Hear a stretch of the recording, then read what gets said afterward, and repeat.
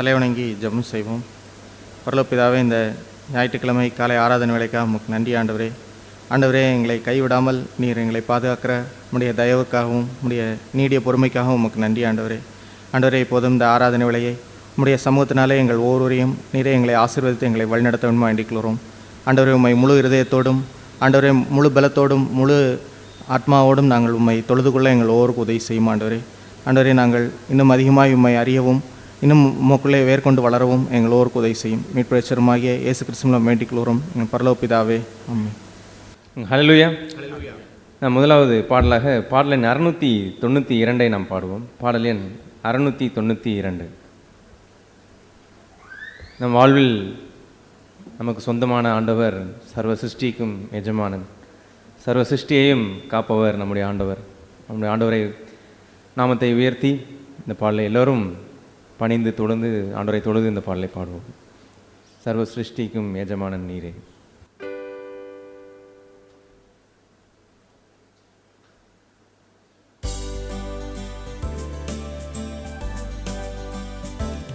சர்வ சிருஷ்டிக்கும் எஜமானன் நீரே, சர்வ சிருஷ்டியை காப்பவர் நீரே. எங்கள் இதயத்தில் உம்மை போற்றிடுவோம், என்றென்றும் பணிந்து தொழுவோம். சர்வ சிருஷ்டிக்கும் எஜமானன் நீரே, சர்வ சிருஷ்டியை காப்பவர் நீரே. எங்கள் இதயத்தில் உம்மை போற்றிடுவோம், என்றென்றும் பணிந்து தொழுவோம். அல்லேலூயா, அல்லேலூயா, அல்லேலூயா,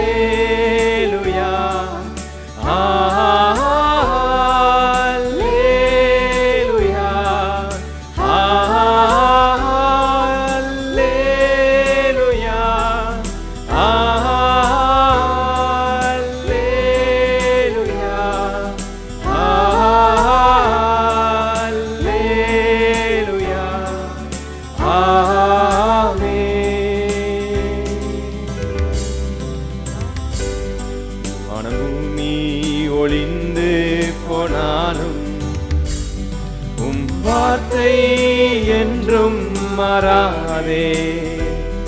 இவ்வாழ்க்கை அழிந்து மறைந்து போ, விசுவாசி என்றென்றும் நிலைப்பான். வானம் பூமி ஒழிந்து போனாலும் உம் வார்த்தை என்றும் மாறாதே. இவ்வாழ்க்கை அழிந்து மறைந்து போ, விசுவாசி என்றென்றும் பிழைப்பான்.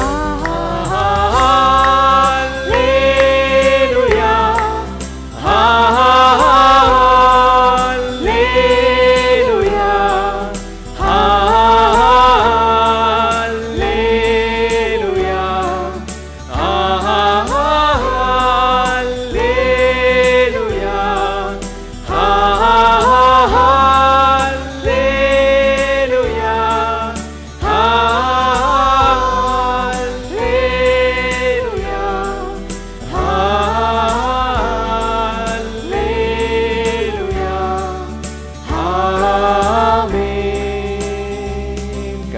கரத்தின் கிரியைகள் நாங்கள், கிருபை எங்கள் மேலூற்றி நீரே.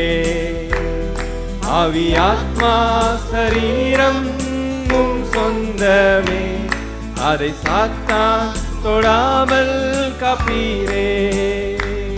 கர்த்தர் கரத்தின் கிரியைகள் நாங்கள், கிருபை எங்கள் மேலூற்றி நீரே. ஆவி ஆத்மா சரீரம் உம் சொந்தமே, அதை சாத்தான் தொடாமல் காப்பீரே. அல்லேலூயா, அல்லேலூயா,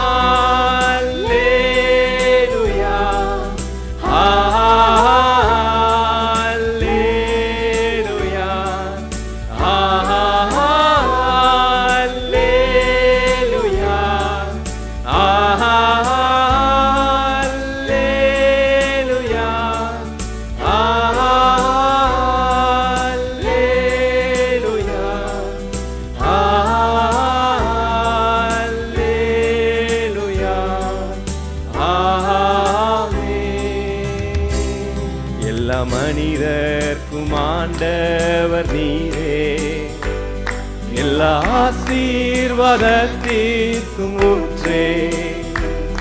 எங்கள் இதயத்தை உம்மிடம் படைக்கின்றோம், எங்குகின்றோம் உமாசீர் பெறவே. எல்லா மனிதர்க்கும் ஆண்டவர் நீரே, எல்லா ஆசீர்வாதத்திற்கும் ஊற்றே. எங்கள் இதயத்தை உம்மிடம் படைக்கின்றோம், எங்குகின்றோம் உமாசீர் பெறவே. அல்லேலூயா, அல்லேலூயா, அல்லேலூயா, அல்லேலூயா,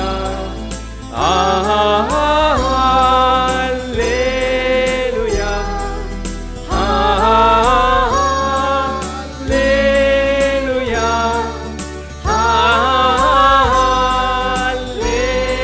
அல்லேலூயா,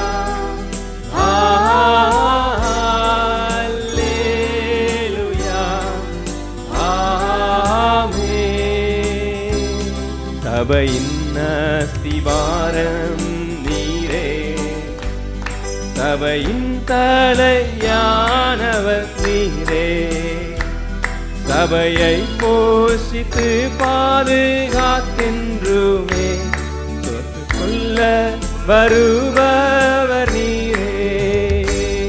சபையின் அஸ்திவாரம் நீரே, சபையின் தலையானவர் நீரே. சபையை போஷித்து பாதுகாத்தென்றுமே, சேர்த்து கொள்ள வருபவர் நீரே.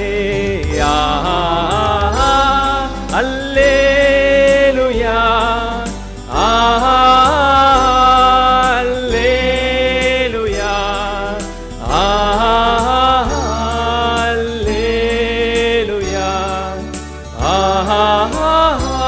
அல்லேலூயா, அல்லேலூயா, அல்லேலூயா, அல்லேலூயா, அல்லேலூயா, ஆமென். ஹல்லேலூயா.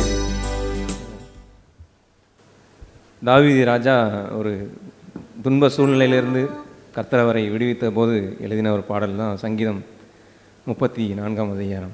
அப்படிப்பட்ட கர்த்தர் நல்லவர் என்பதை துன்பத்தின் ஊடாய் ருசித்து கர்த்தரை நான் எந்த காலத்திலும் ஸ்தோத்தரிப்பேன் என்று அவர் முழங்கின பாடல் இது.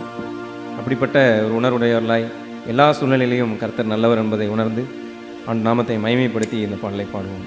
கர்த்தரை நான் எக்காலத்திலும் ஸ்தோத்தரிப்பேன், ஸ்தோத்தரிப்பேன்.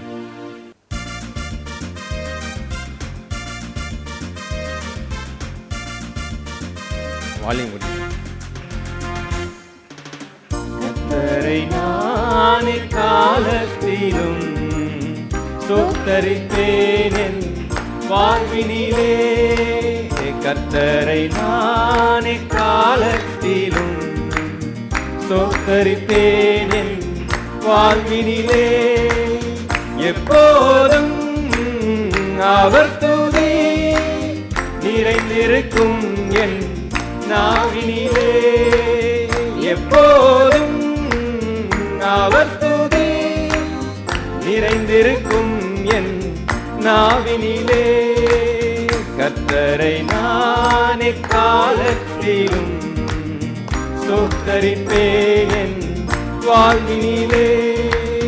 நித்தம் என் உள்ளம் கர்த்தருக்குள்ளே இத்தரை மீதில் மேன்மை பாராட்டும். நித்தம் என் உள்ளம் கர்த்தருக்குள்ளே இத்தரை மீதில் மேன்மை பாராட்டும்.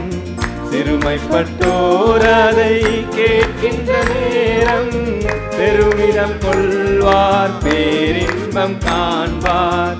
சிறுமைப்பட்டோர் அதை கேட்கின்ற நேரம் பெருமிதம் கொள்வார், பேரின்பம் இன்பம் காண்பார். என்னோடே மன்னவனை மகிமைப்படுத்துங்கள், உயர்த்திடுங்கள். என்னோடே மன்னவனை மகிமைப்படுத்துங்கள், உயர்த்திடுங்கள். கர்த்தரை நான் எக்காலத்திலும் ஸ்தோத்தரிப்பேன் என் வாழ்வினிலே. கர்த்தரை நான் எக்காலத்திலும் ஸ்தோத்தரிப்பேன் என் வாழ்வினிலே. ஆண்டவர் அவரை தேடி நின்றேனே, வீண்பயம் நீங்க செவி கொடுத்தாரே. ஆண்டவர் அவரை தேடி நின்றேனே, வீண்பயம் நீங்க செவி கொடுத்தாரே.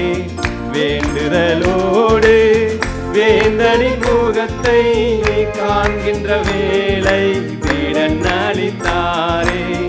வேண்டுதலோடு வேந்தனின் முகத்தை காண்கின்ற வேளை வீடன் அளித்தாரே.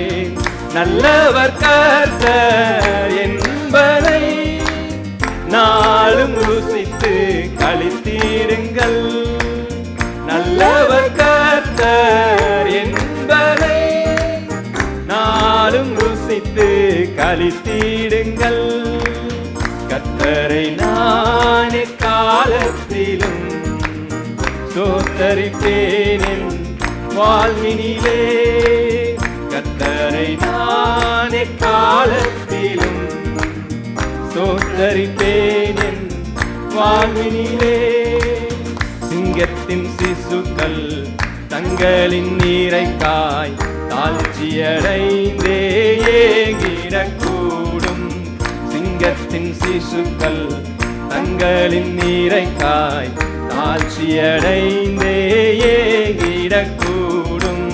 துங்கவன் அவரை நம்பிடுவோர்க்கு குறைவின்றி வாழ்வில் நன்மைகள் கூடும். துங்கவன் அவரை நம்பிடுவோர்க்கு குறைவின்றி வாழ்வில் நன்மைகள் கூடும். காக்கும் நல் தேவனை நம்பிடுவே, பாக்கியவான் என வாழ்ந்திருப்பேன். காக்கும் நல் தேவனை நம்பிடுவேன், பாக்கியவான் என வாழ்ந்திருப்பேன். கர்த்தரை நான் எக்காலத்திலும் ஸ்தோத்தரிப்பேன் என் வாழ்வினிலே. கர்த்தரை நான் எக்காலத்திலும் ஸ்தோத்தரிப்பேன் என் வாழ்வினிலே. எப்போதும் அவர் துதி நிறைந்திருக்கும் என் நாவினிலே. எப்போதும் அவர் துதி நிறைந்திருக்கும் என் நாவினிலே. கர்த்தரை நான் எக்காலத்திலும் ஸ்தோத்தரிப்பேன் என் வாழ்வினிலே. அல்லேலூயா. நாம் அடுத்ததாக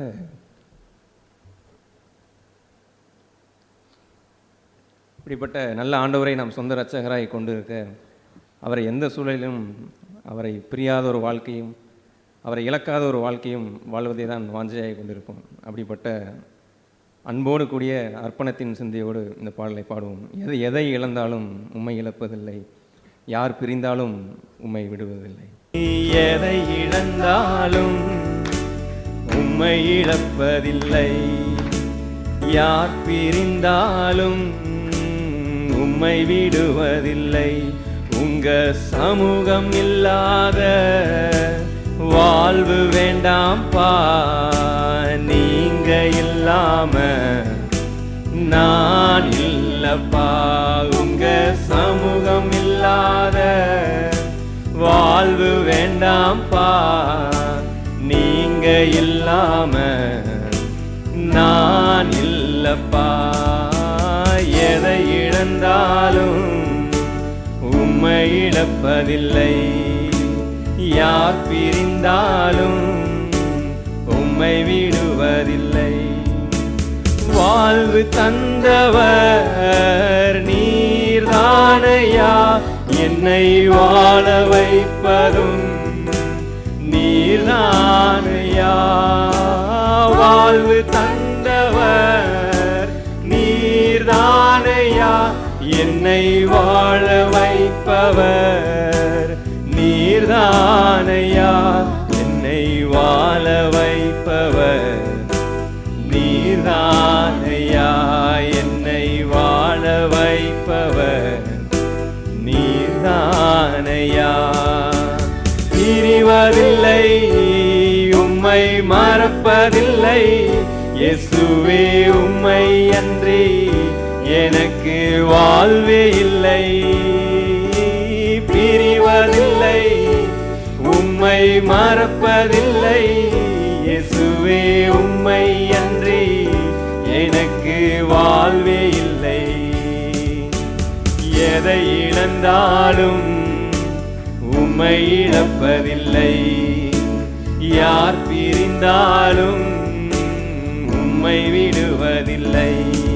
இந்த சமூகமில்லாத வாழ்வு வேண்டாம்பா, நீங்க இல்லாம நான் இல்லப்பா. உங்க சமூகம் இல்லாம வாழ்வு வேண்டாம்பா, நீங்க இல்லாம நான் இல்லப்பா. எதை இழந்தாலும் உம்மை இழப்பதில்லை, இயேசுவே யார் பிரிந்தாலும் உம்மை விடுவதில்லை.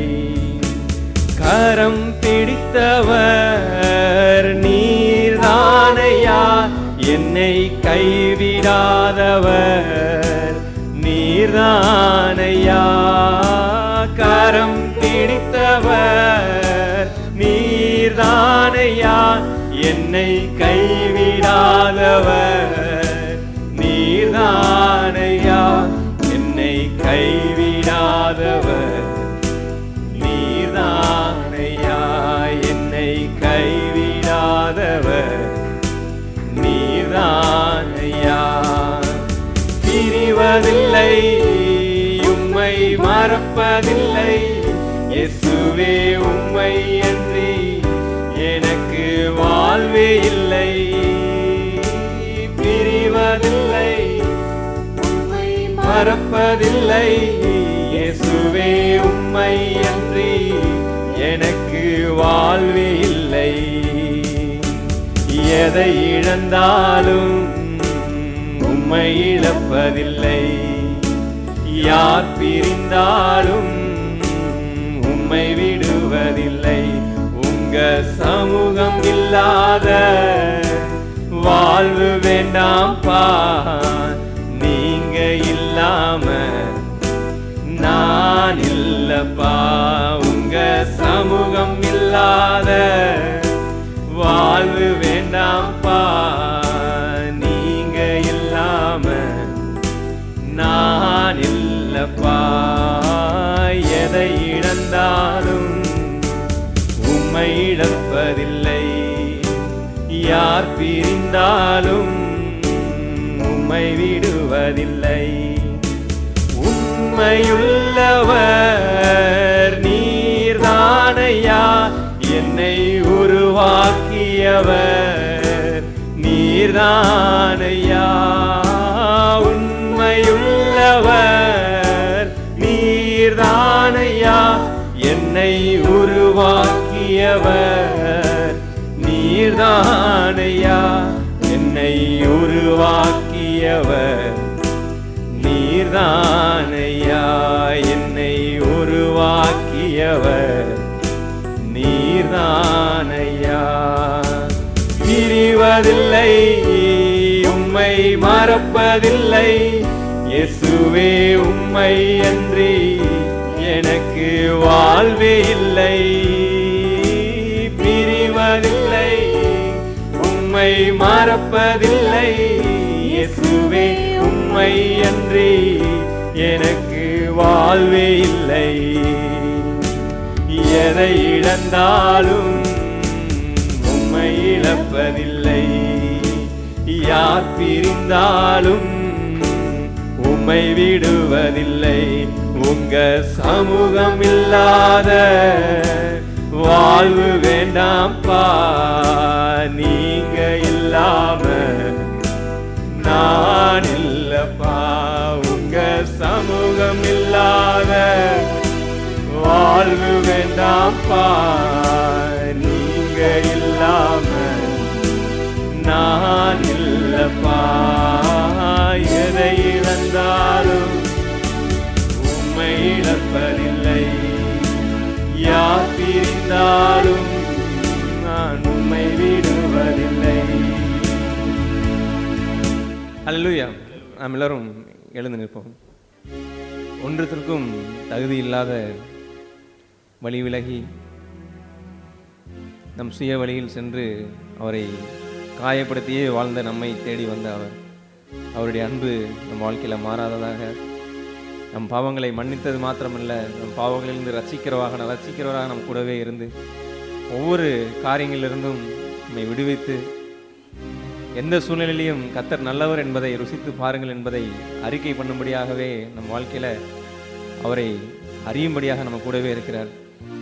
ஒவ்வொரு சூழ்நிலையிலையும் நம்மை கைவிடாத நல்ல தகப்பன் நம் கூடவே உறவாகி அவர் இல்லாத நம்ம ஒரு வாழ்க்கையே இல்லை என்பதை தான் உண்மையாகவே அவரை ருசித்த ஒரு சகோதரனோ சகோதரியோ சொல்ல முடியும். அப்படிப்பட்ட ஆண்டவர் நம் சொந்தமாக கொண்டிருக்க, நம் வாழ்க்கையில் ஒவ்வொரு காரியங்களையும் அவர் பொறுப்பெடுத்து நடக்க, நம் வழி விலகி போகும் பொழுதெல்லாம் நம்மை சீர்படுத்தி செவ்வையான பதிலை நடத்துகிற நல்ல மேய்ப்பராக நம் கூடவே இருக்கிற ஆண்டவரை, நம் மத்தியில் வாசமாக இருக்கிற நம்முடைய ஆண்டவரை, சபையோராய் எல்லோரும் இதயத்தின் ஆழத்திலிருந்து சத்தத்தை உயர்த்தி, முடிந்தவர்கள் கரங்களை உயர்த்தி ஆண்டவர் துதிகளையும் நன்றிகளையும் எல்லோரும் ஏறெடுப்போம். Thank you Lord Jesus. Praise you father. அப்பா, எதை இழந்தாலும் உண்மை இழப்பதில்லை அப்பா. நீர் இல்லாத ஒரு வாழ்க்கையே இல்லைப்பா.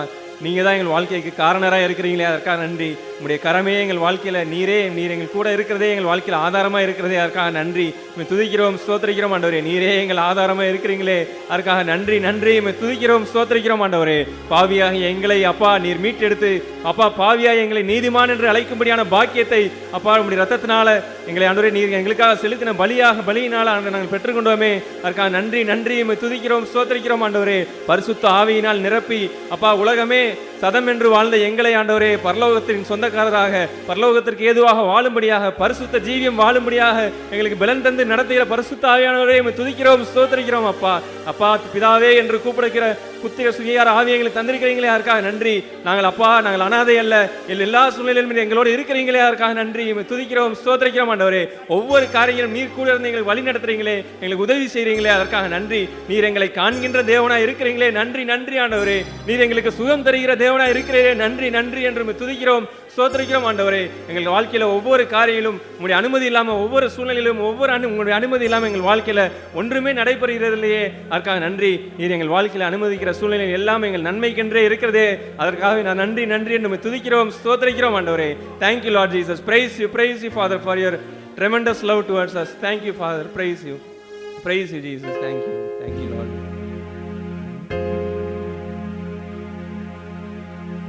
எபினேசரே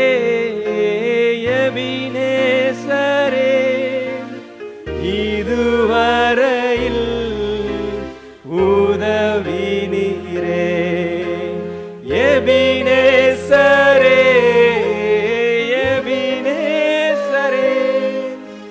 இதுவரையில் உதவி நீரே. இதுவரையில் உதவி நீரே. உம்மை முழு உள்ளத்தோடு ஆராதிப்பேன், முழு பலத்தோடு அன்பு கூறுவேன். ஆராதனை ஆராதனை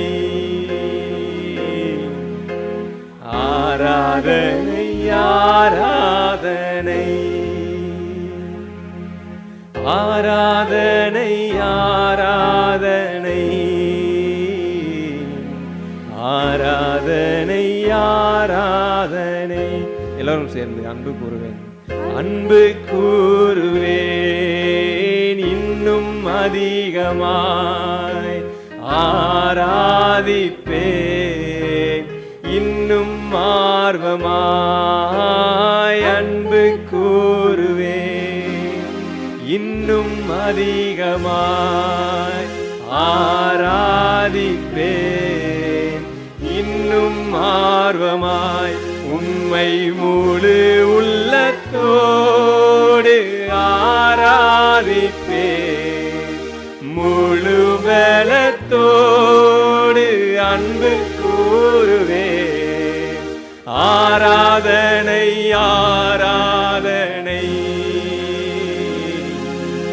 ஆராதனை ஆராதனை, இயேசுவே ஆராதனை ஆராதனை ஆராதனை ஆராதனை. ஒரு மூன்று சகோதரிகள் சுருக்கமாக துதியில ஏறெடுப்போம். சங்கீதம் 63வது அதிகாரம்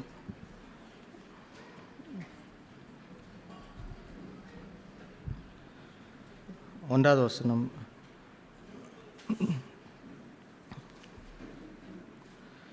தேவனே நீர் என்னுடைய தேவன். ஆங்கிலத்திலே O God you are my God என்று சொல்லப்பட்டிருக்கிறது. அப்படி ஓ காட் என்று இருதயத்திலிருந்து ஆழமாய் தாகத்தோடு தேவனை தேடுகிற ஒரு பகுதியை தான் தேவனே என்று கூப்பிடுகிற அந்த ஒரு பகுதி. அதுபோன்று அந்த தாவீது தேடுகிற அந்த பகுதியை குறித்து, தேவனை குறித்து சொல்லும்போது, நீர் என்னுடைய தேவன், யூ ஆர் மை காட் என்று பர்சனலாய் ஆண்டவரை தனிப்பட்ட முறையிலே சொந்தம் பாராட்டி தேடுகிற ஒரு பகுதியை நாம் பார்க்க முடியும். அநேக வேளைகளிலே நம்முடைய கிறிஸ்தவ ஜீவியத்திலே ஏற்படுகிற ஒரு சேதம் இந்த மை காட் என்ற ஒரு பகுதியிலே தான் நானும் தேவனும் என்ற தனிப்பட்ட அந்த டிவோஷனிலே தேவனை சொந்தமாய் என்னுடைய தேவன் என்று அவரை உறுதியாய் பற்றி கொள்ளுகிற ஒரு பகுதியிலே தான் சேதம் ஏற்படுவதை நாம் பார்க்க முடியும். அந்த ஏதேன் தோட்டத்திலே கூட அவர்கள் பகலின் குளிர்ச்சியான வேளையிலே ஆண்டவரோடு நல்ல முறையிலே உறவாடி கொண்டிருந்தார்கள். அங்கே தான் அவன் ஒரு சந்தேகத்தையும் ஒரு கேள்வியின் விதையையும் போட்டு மை காட் என்ற அந்த இடத்திலே அவன் சேதத்தை உண்டு பண்ணி தேவனை விட்டு அவர்களை பிரித்து விட்டான். அதுபோல் நம்முடைய வாழ்க்கையிலேயும் சில நம்முடைய குறைகளை வைத்து ஒரு குற்ற உணர்ச்சியையோ அதுபோன்று அநேக காரியங்களை இது ஏன் நடந்தது என்பது போன்று அநேக விஷயங்களை நம்முடைய மனதிலே கொடுத்து என் தேவன் என்ற அந்த ஒரு பகுதியை அதனுடைய மேன்மையை உணராதபடி நம்மை தேவனிடத்திலிருந்து பிரிப்பதற்கு முயற்சிக்கிற அந்த சாத்தானுடைய தந்திரம் அநேக வேளைகளிலே நடப்பதை நாம் பார்த்திருக்க முடியும். அப்படிப்பட்ட ஒரு இடத்திலே நாம் இருந்து விடாமல் மை காட் என்ற அந்த பகுதியிலே நாம் உறுதியாய் வாழும்போது, அடுத்த நாம் அந்த வசனத்திலே பின்பாக படிக்கும்போது, நம்முடைய வாழ்க்கையிலே வறண்டதும் விடாய்த்ததும் தண்ணீரற்றதுமான நிலத்திலே என் ஆத்துமா உண்மையில் தாகமாக இருக்கிறது, என் மாம்சமானது உம்மை வாஞ்சிக்கிறது என்று அதுபோன்ற சூழ்நிலைக்குள்ளாக நாம் கடந்து செல்லும்போது அந்த என் தேவன் என்ற அந்த உரிமையோடு அவரை தாகத்தோடு வாஞ்சிக்கிறதையும் அவரை தேடுகிற ஒரு பகுதிக்கு நேராக கடந்து செல்வோம்.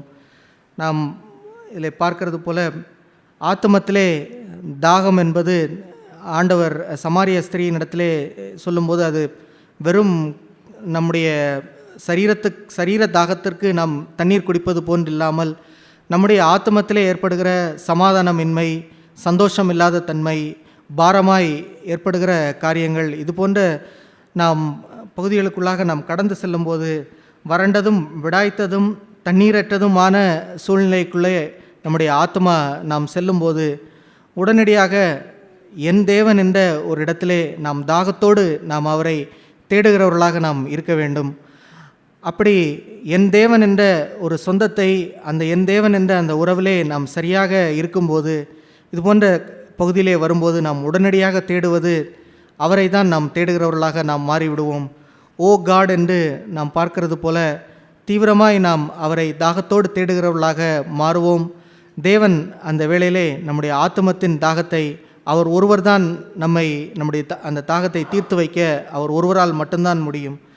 நாம் அதற்கு பின்பாக நாம் பார்க்கிறது போல, என் மாம்சமானது உம்மை வாஞ்சிக்கிறது.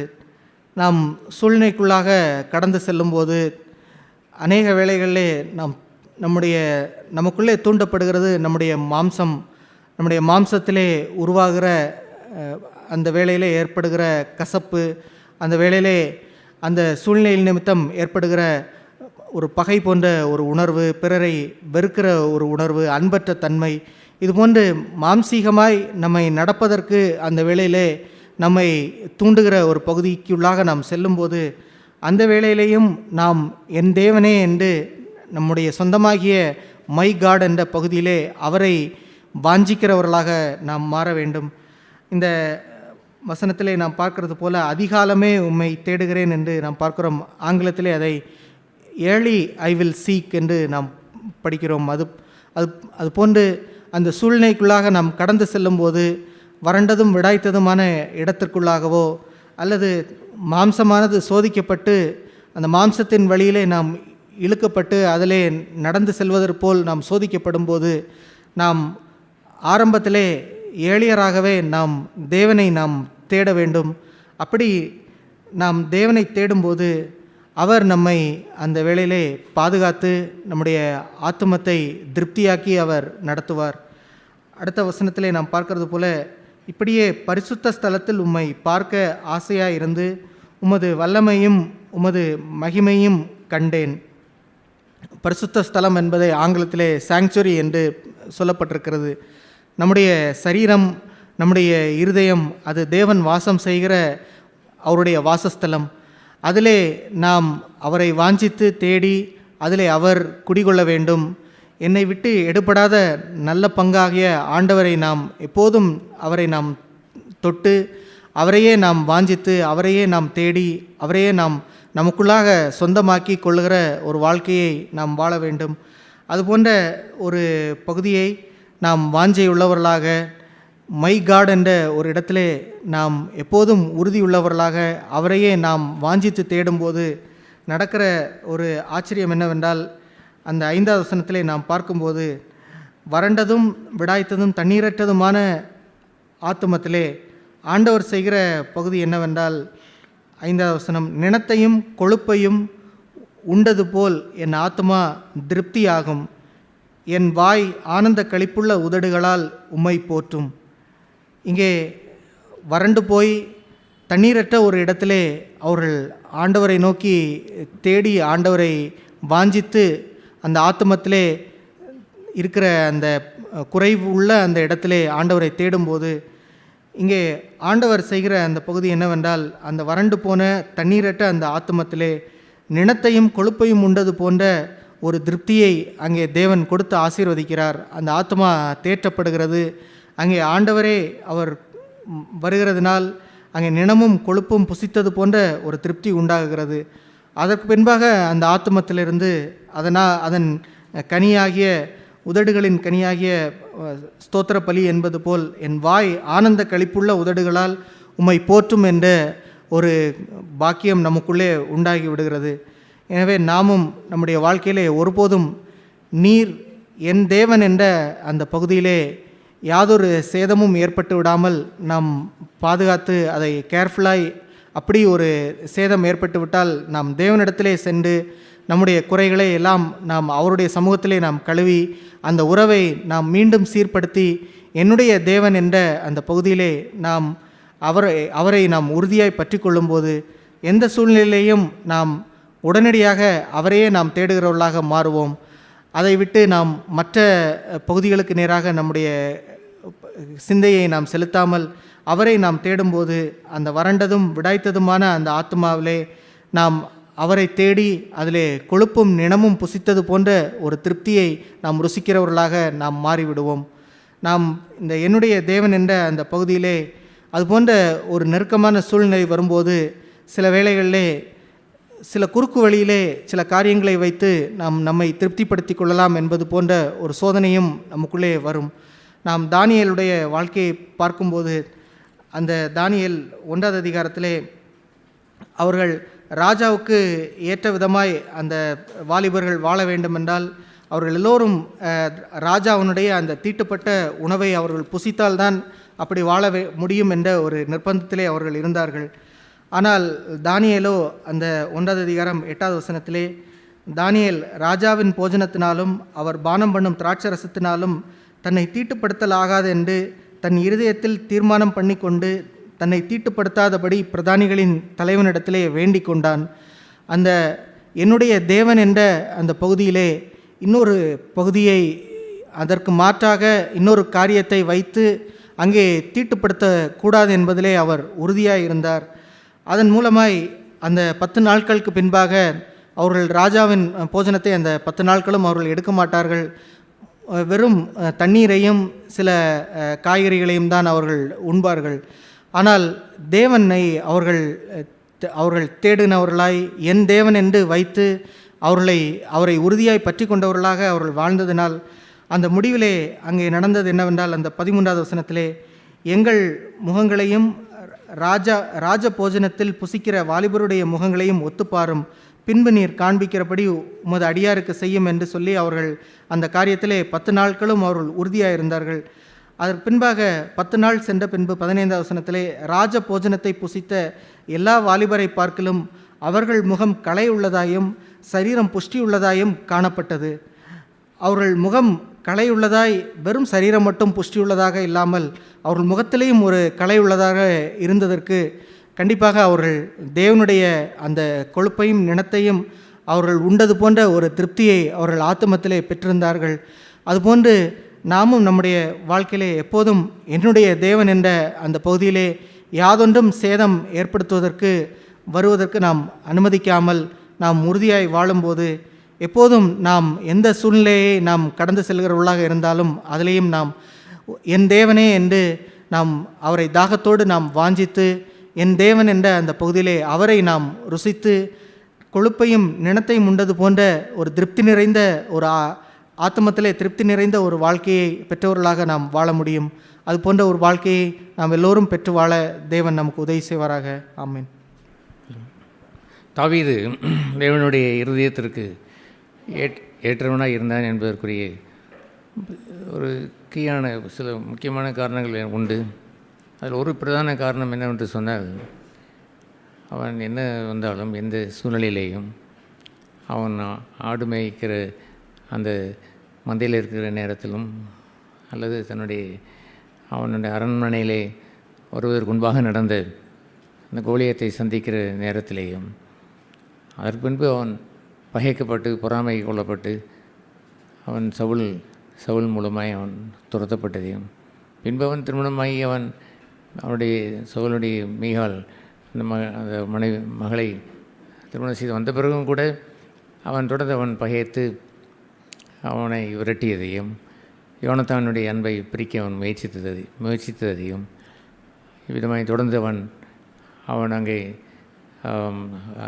அவன் விரட்டப்பட்டு அவன் குகைக்கெல்லாம் சென்று அவன் என்னவென்று அவன் சொல்லுவான், ஒரு தெல்லுப்பூச்சியை போல் என்னை அவன் நினைத்து கொண்டான் என்று சொல்வதைப் போலவோ, அல்லது அந்த தகைவலான் குருவியை விரட்டுவதைப் போல் என்னை விரட்டினான் என்று சொல்வதைப் போலவோ, அவன் ஓடி ஓடி ஓடி ஓடி எளிய அவனை நசுக்கி விடலாம் என்று அவன் சென்றான் என்பதை தன்னை வைத்து தன்னுடைய பலத்தை வைத்து அல்ல, தான் பலவீனன் என்பதை வைத்து தான் அவனும் ஓடுகிறான்.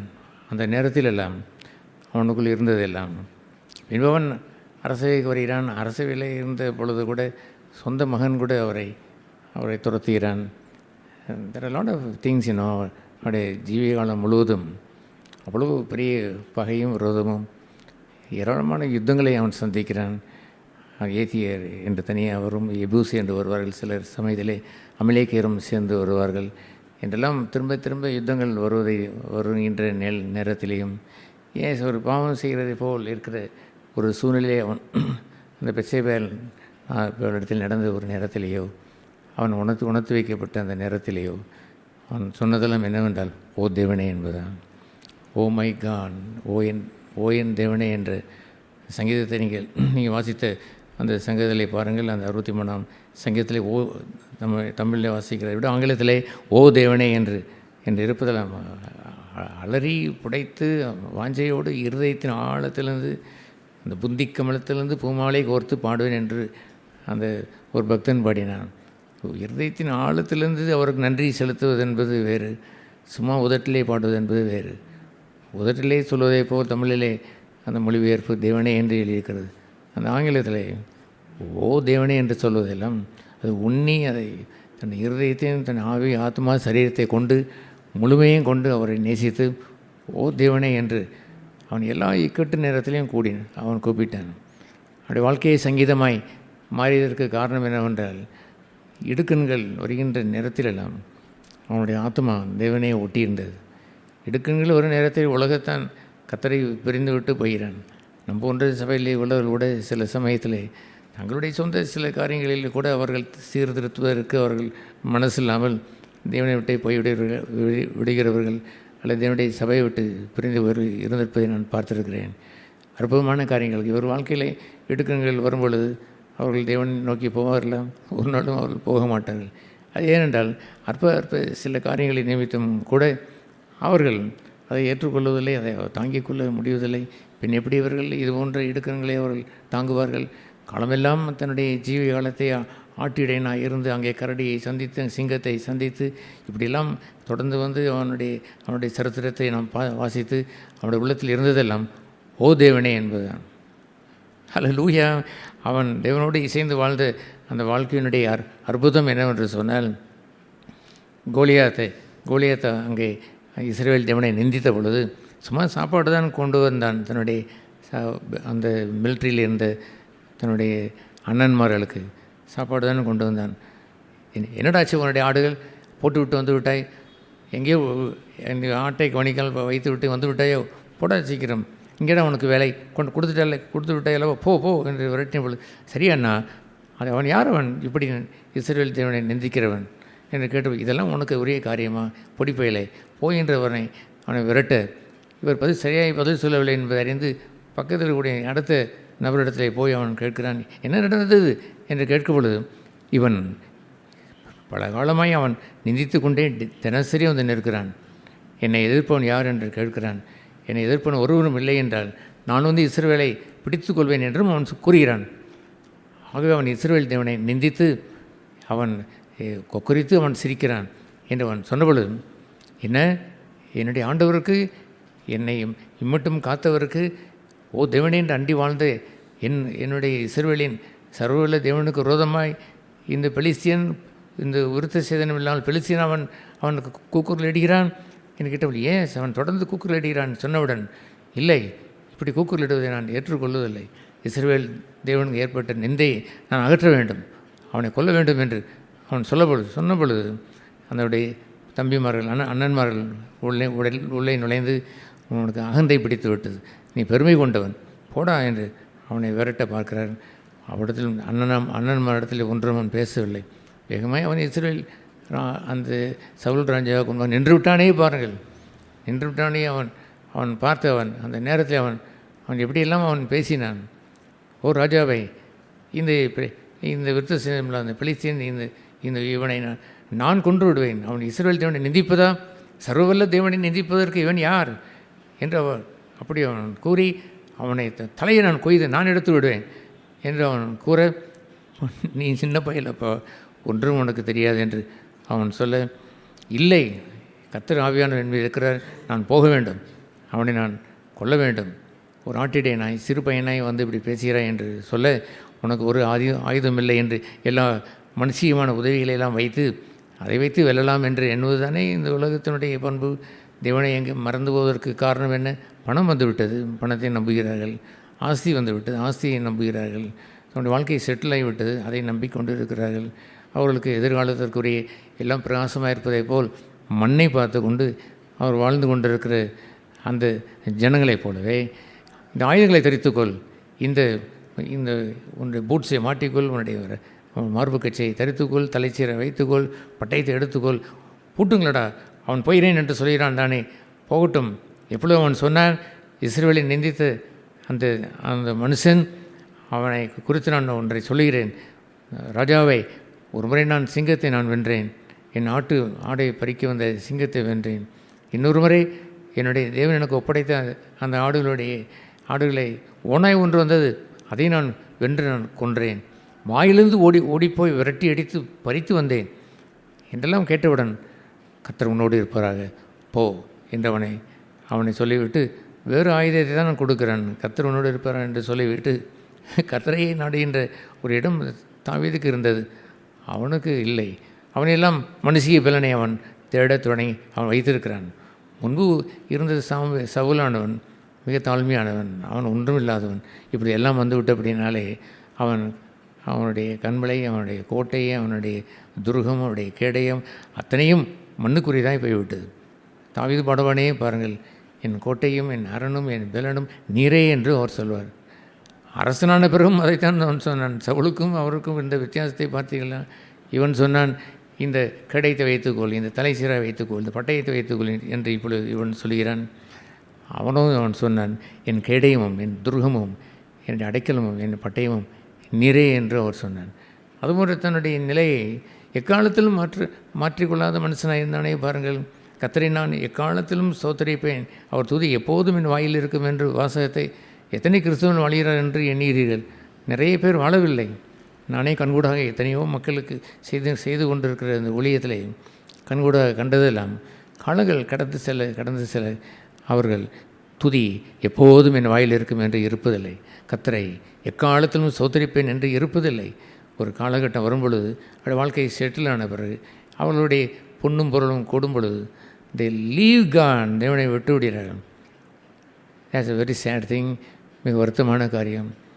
இந்த சங்கீதத்தை வைத்து பார்த்தால் 63ஆம் சங்கீதத்தை நீங்கள் பார்க்கிறீர்களே, அங்கே தேவனை எழுதவில்லை, தேவனே தட்ஸ் ஓகே, தேவனே என்று சொல்கிறார். 62ஆம் சங்கீதத்தை பாருங்கள், தேவனே என்று சொல்கிறார். 61ஆம் சங்கீதத்தை பாருங்கள், தேவனே என்று சொல்கிறார். 60ஆம் சங்கீதத்தை பாருங்கள், தேவனே என்று சொல்கிறார்.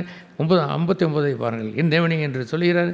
போய்கொண்டே இருப்பதை பார்த்தீங்களா? 63ஐ நீங்கள் தாண்டி விட்டீர்கள் என்று சொன்னால் 64ஐ பாருங்கள், தேவனே என்று சொல்கிறார். 65ஐ பாருங்கள், தேவனே என்று சொல்கிறார். இப்படி அவர் 67ஐ பாருங்கள், தேவனே என்று சொல்லுவார். மேக்சிமம் 90% தேவனே தேவனே தேவனே தேவனே தேவனே என்று அவர் சொன்னபடினாலே அந்த தாசனை, தன்னுடைய தாவீதை என்னவென்று சொன்னார்? என் இருதயத்திற்கு ஏற்றவன் என்று சொன்னார். க்ளோசர் வித் காட், தேவனை எப்பொழுதும் என்னை வலது பக்கத்திலே வைத்திருக்கிறேன், வலது பக்கத்திலே தேவனை எப்போதும் வைத்திருக்கிறேன். அவரை விட்டு பிரியாதபடி எனக்கு முக்கியமெல்லாம் இந்த வலப்பக்கம்தான். மனுஷனுக்கு வலப்பக்கம்தான் உறுதியானது என்று எல்லோருக்கும் தெரியும்.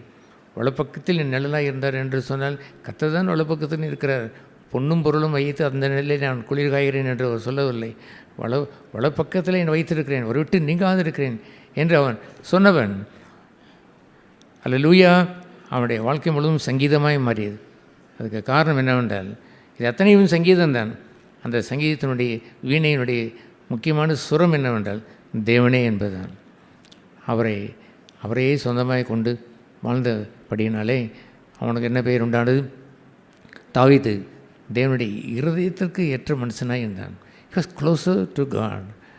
சிலர் உலகத்தினுடைய மாயைக்கும், உலகத்துடைய அன்பிற்கும், உலகத்துடைய காதலுக்கும் ஒரு இருதயத்தை படம் போட்டு அதை அம்பு போவதை போல் என்னமோ செய்து கொண்டு அதை வைத்து வாழ்கிறார்கள்.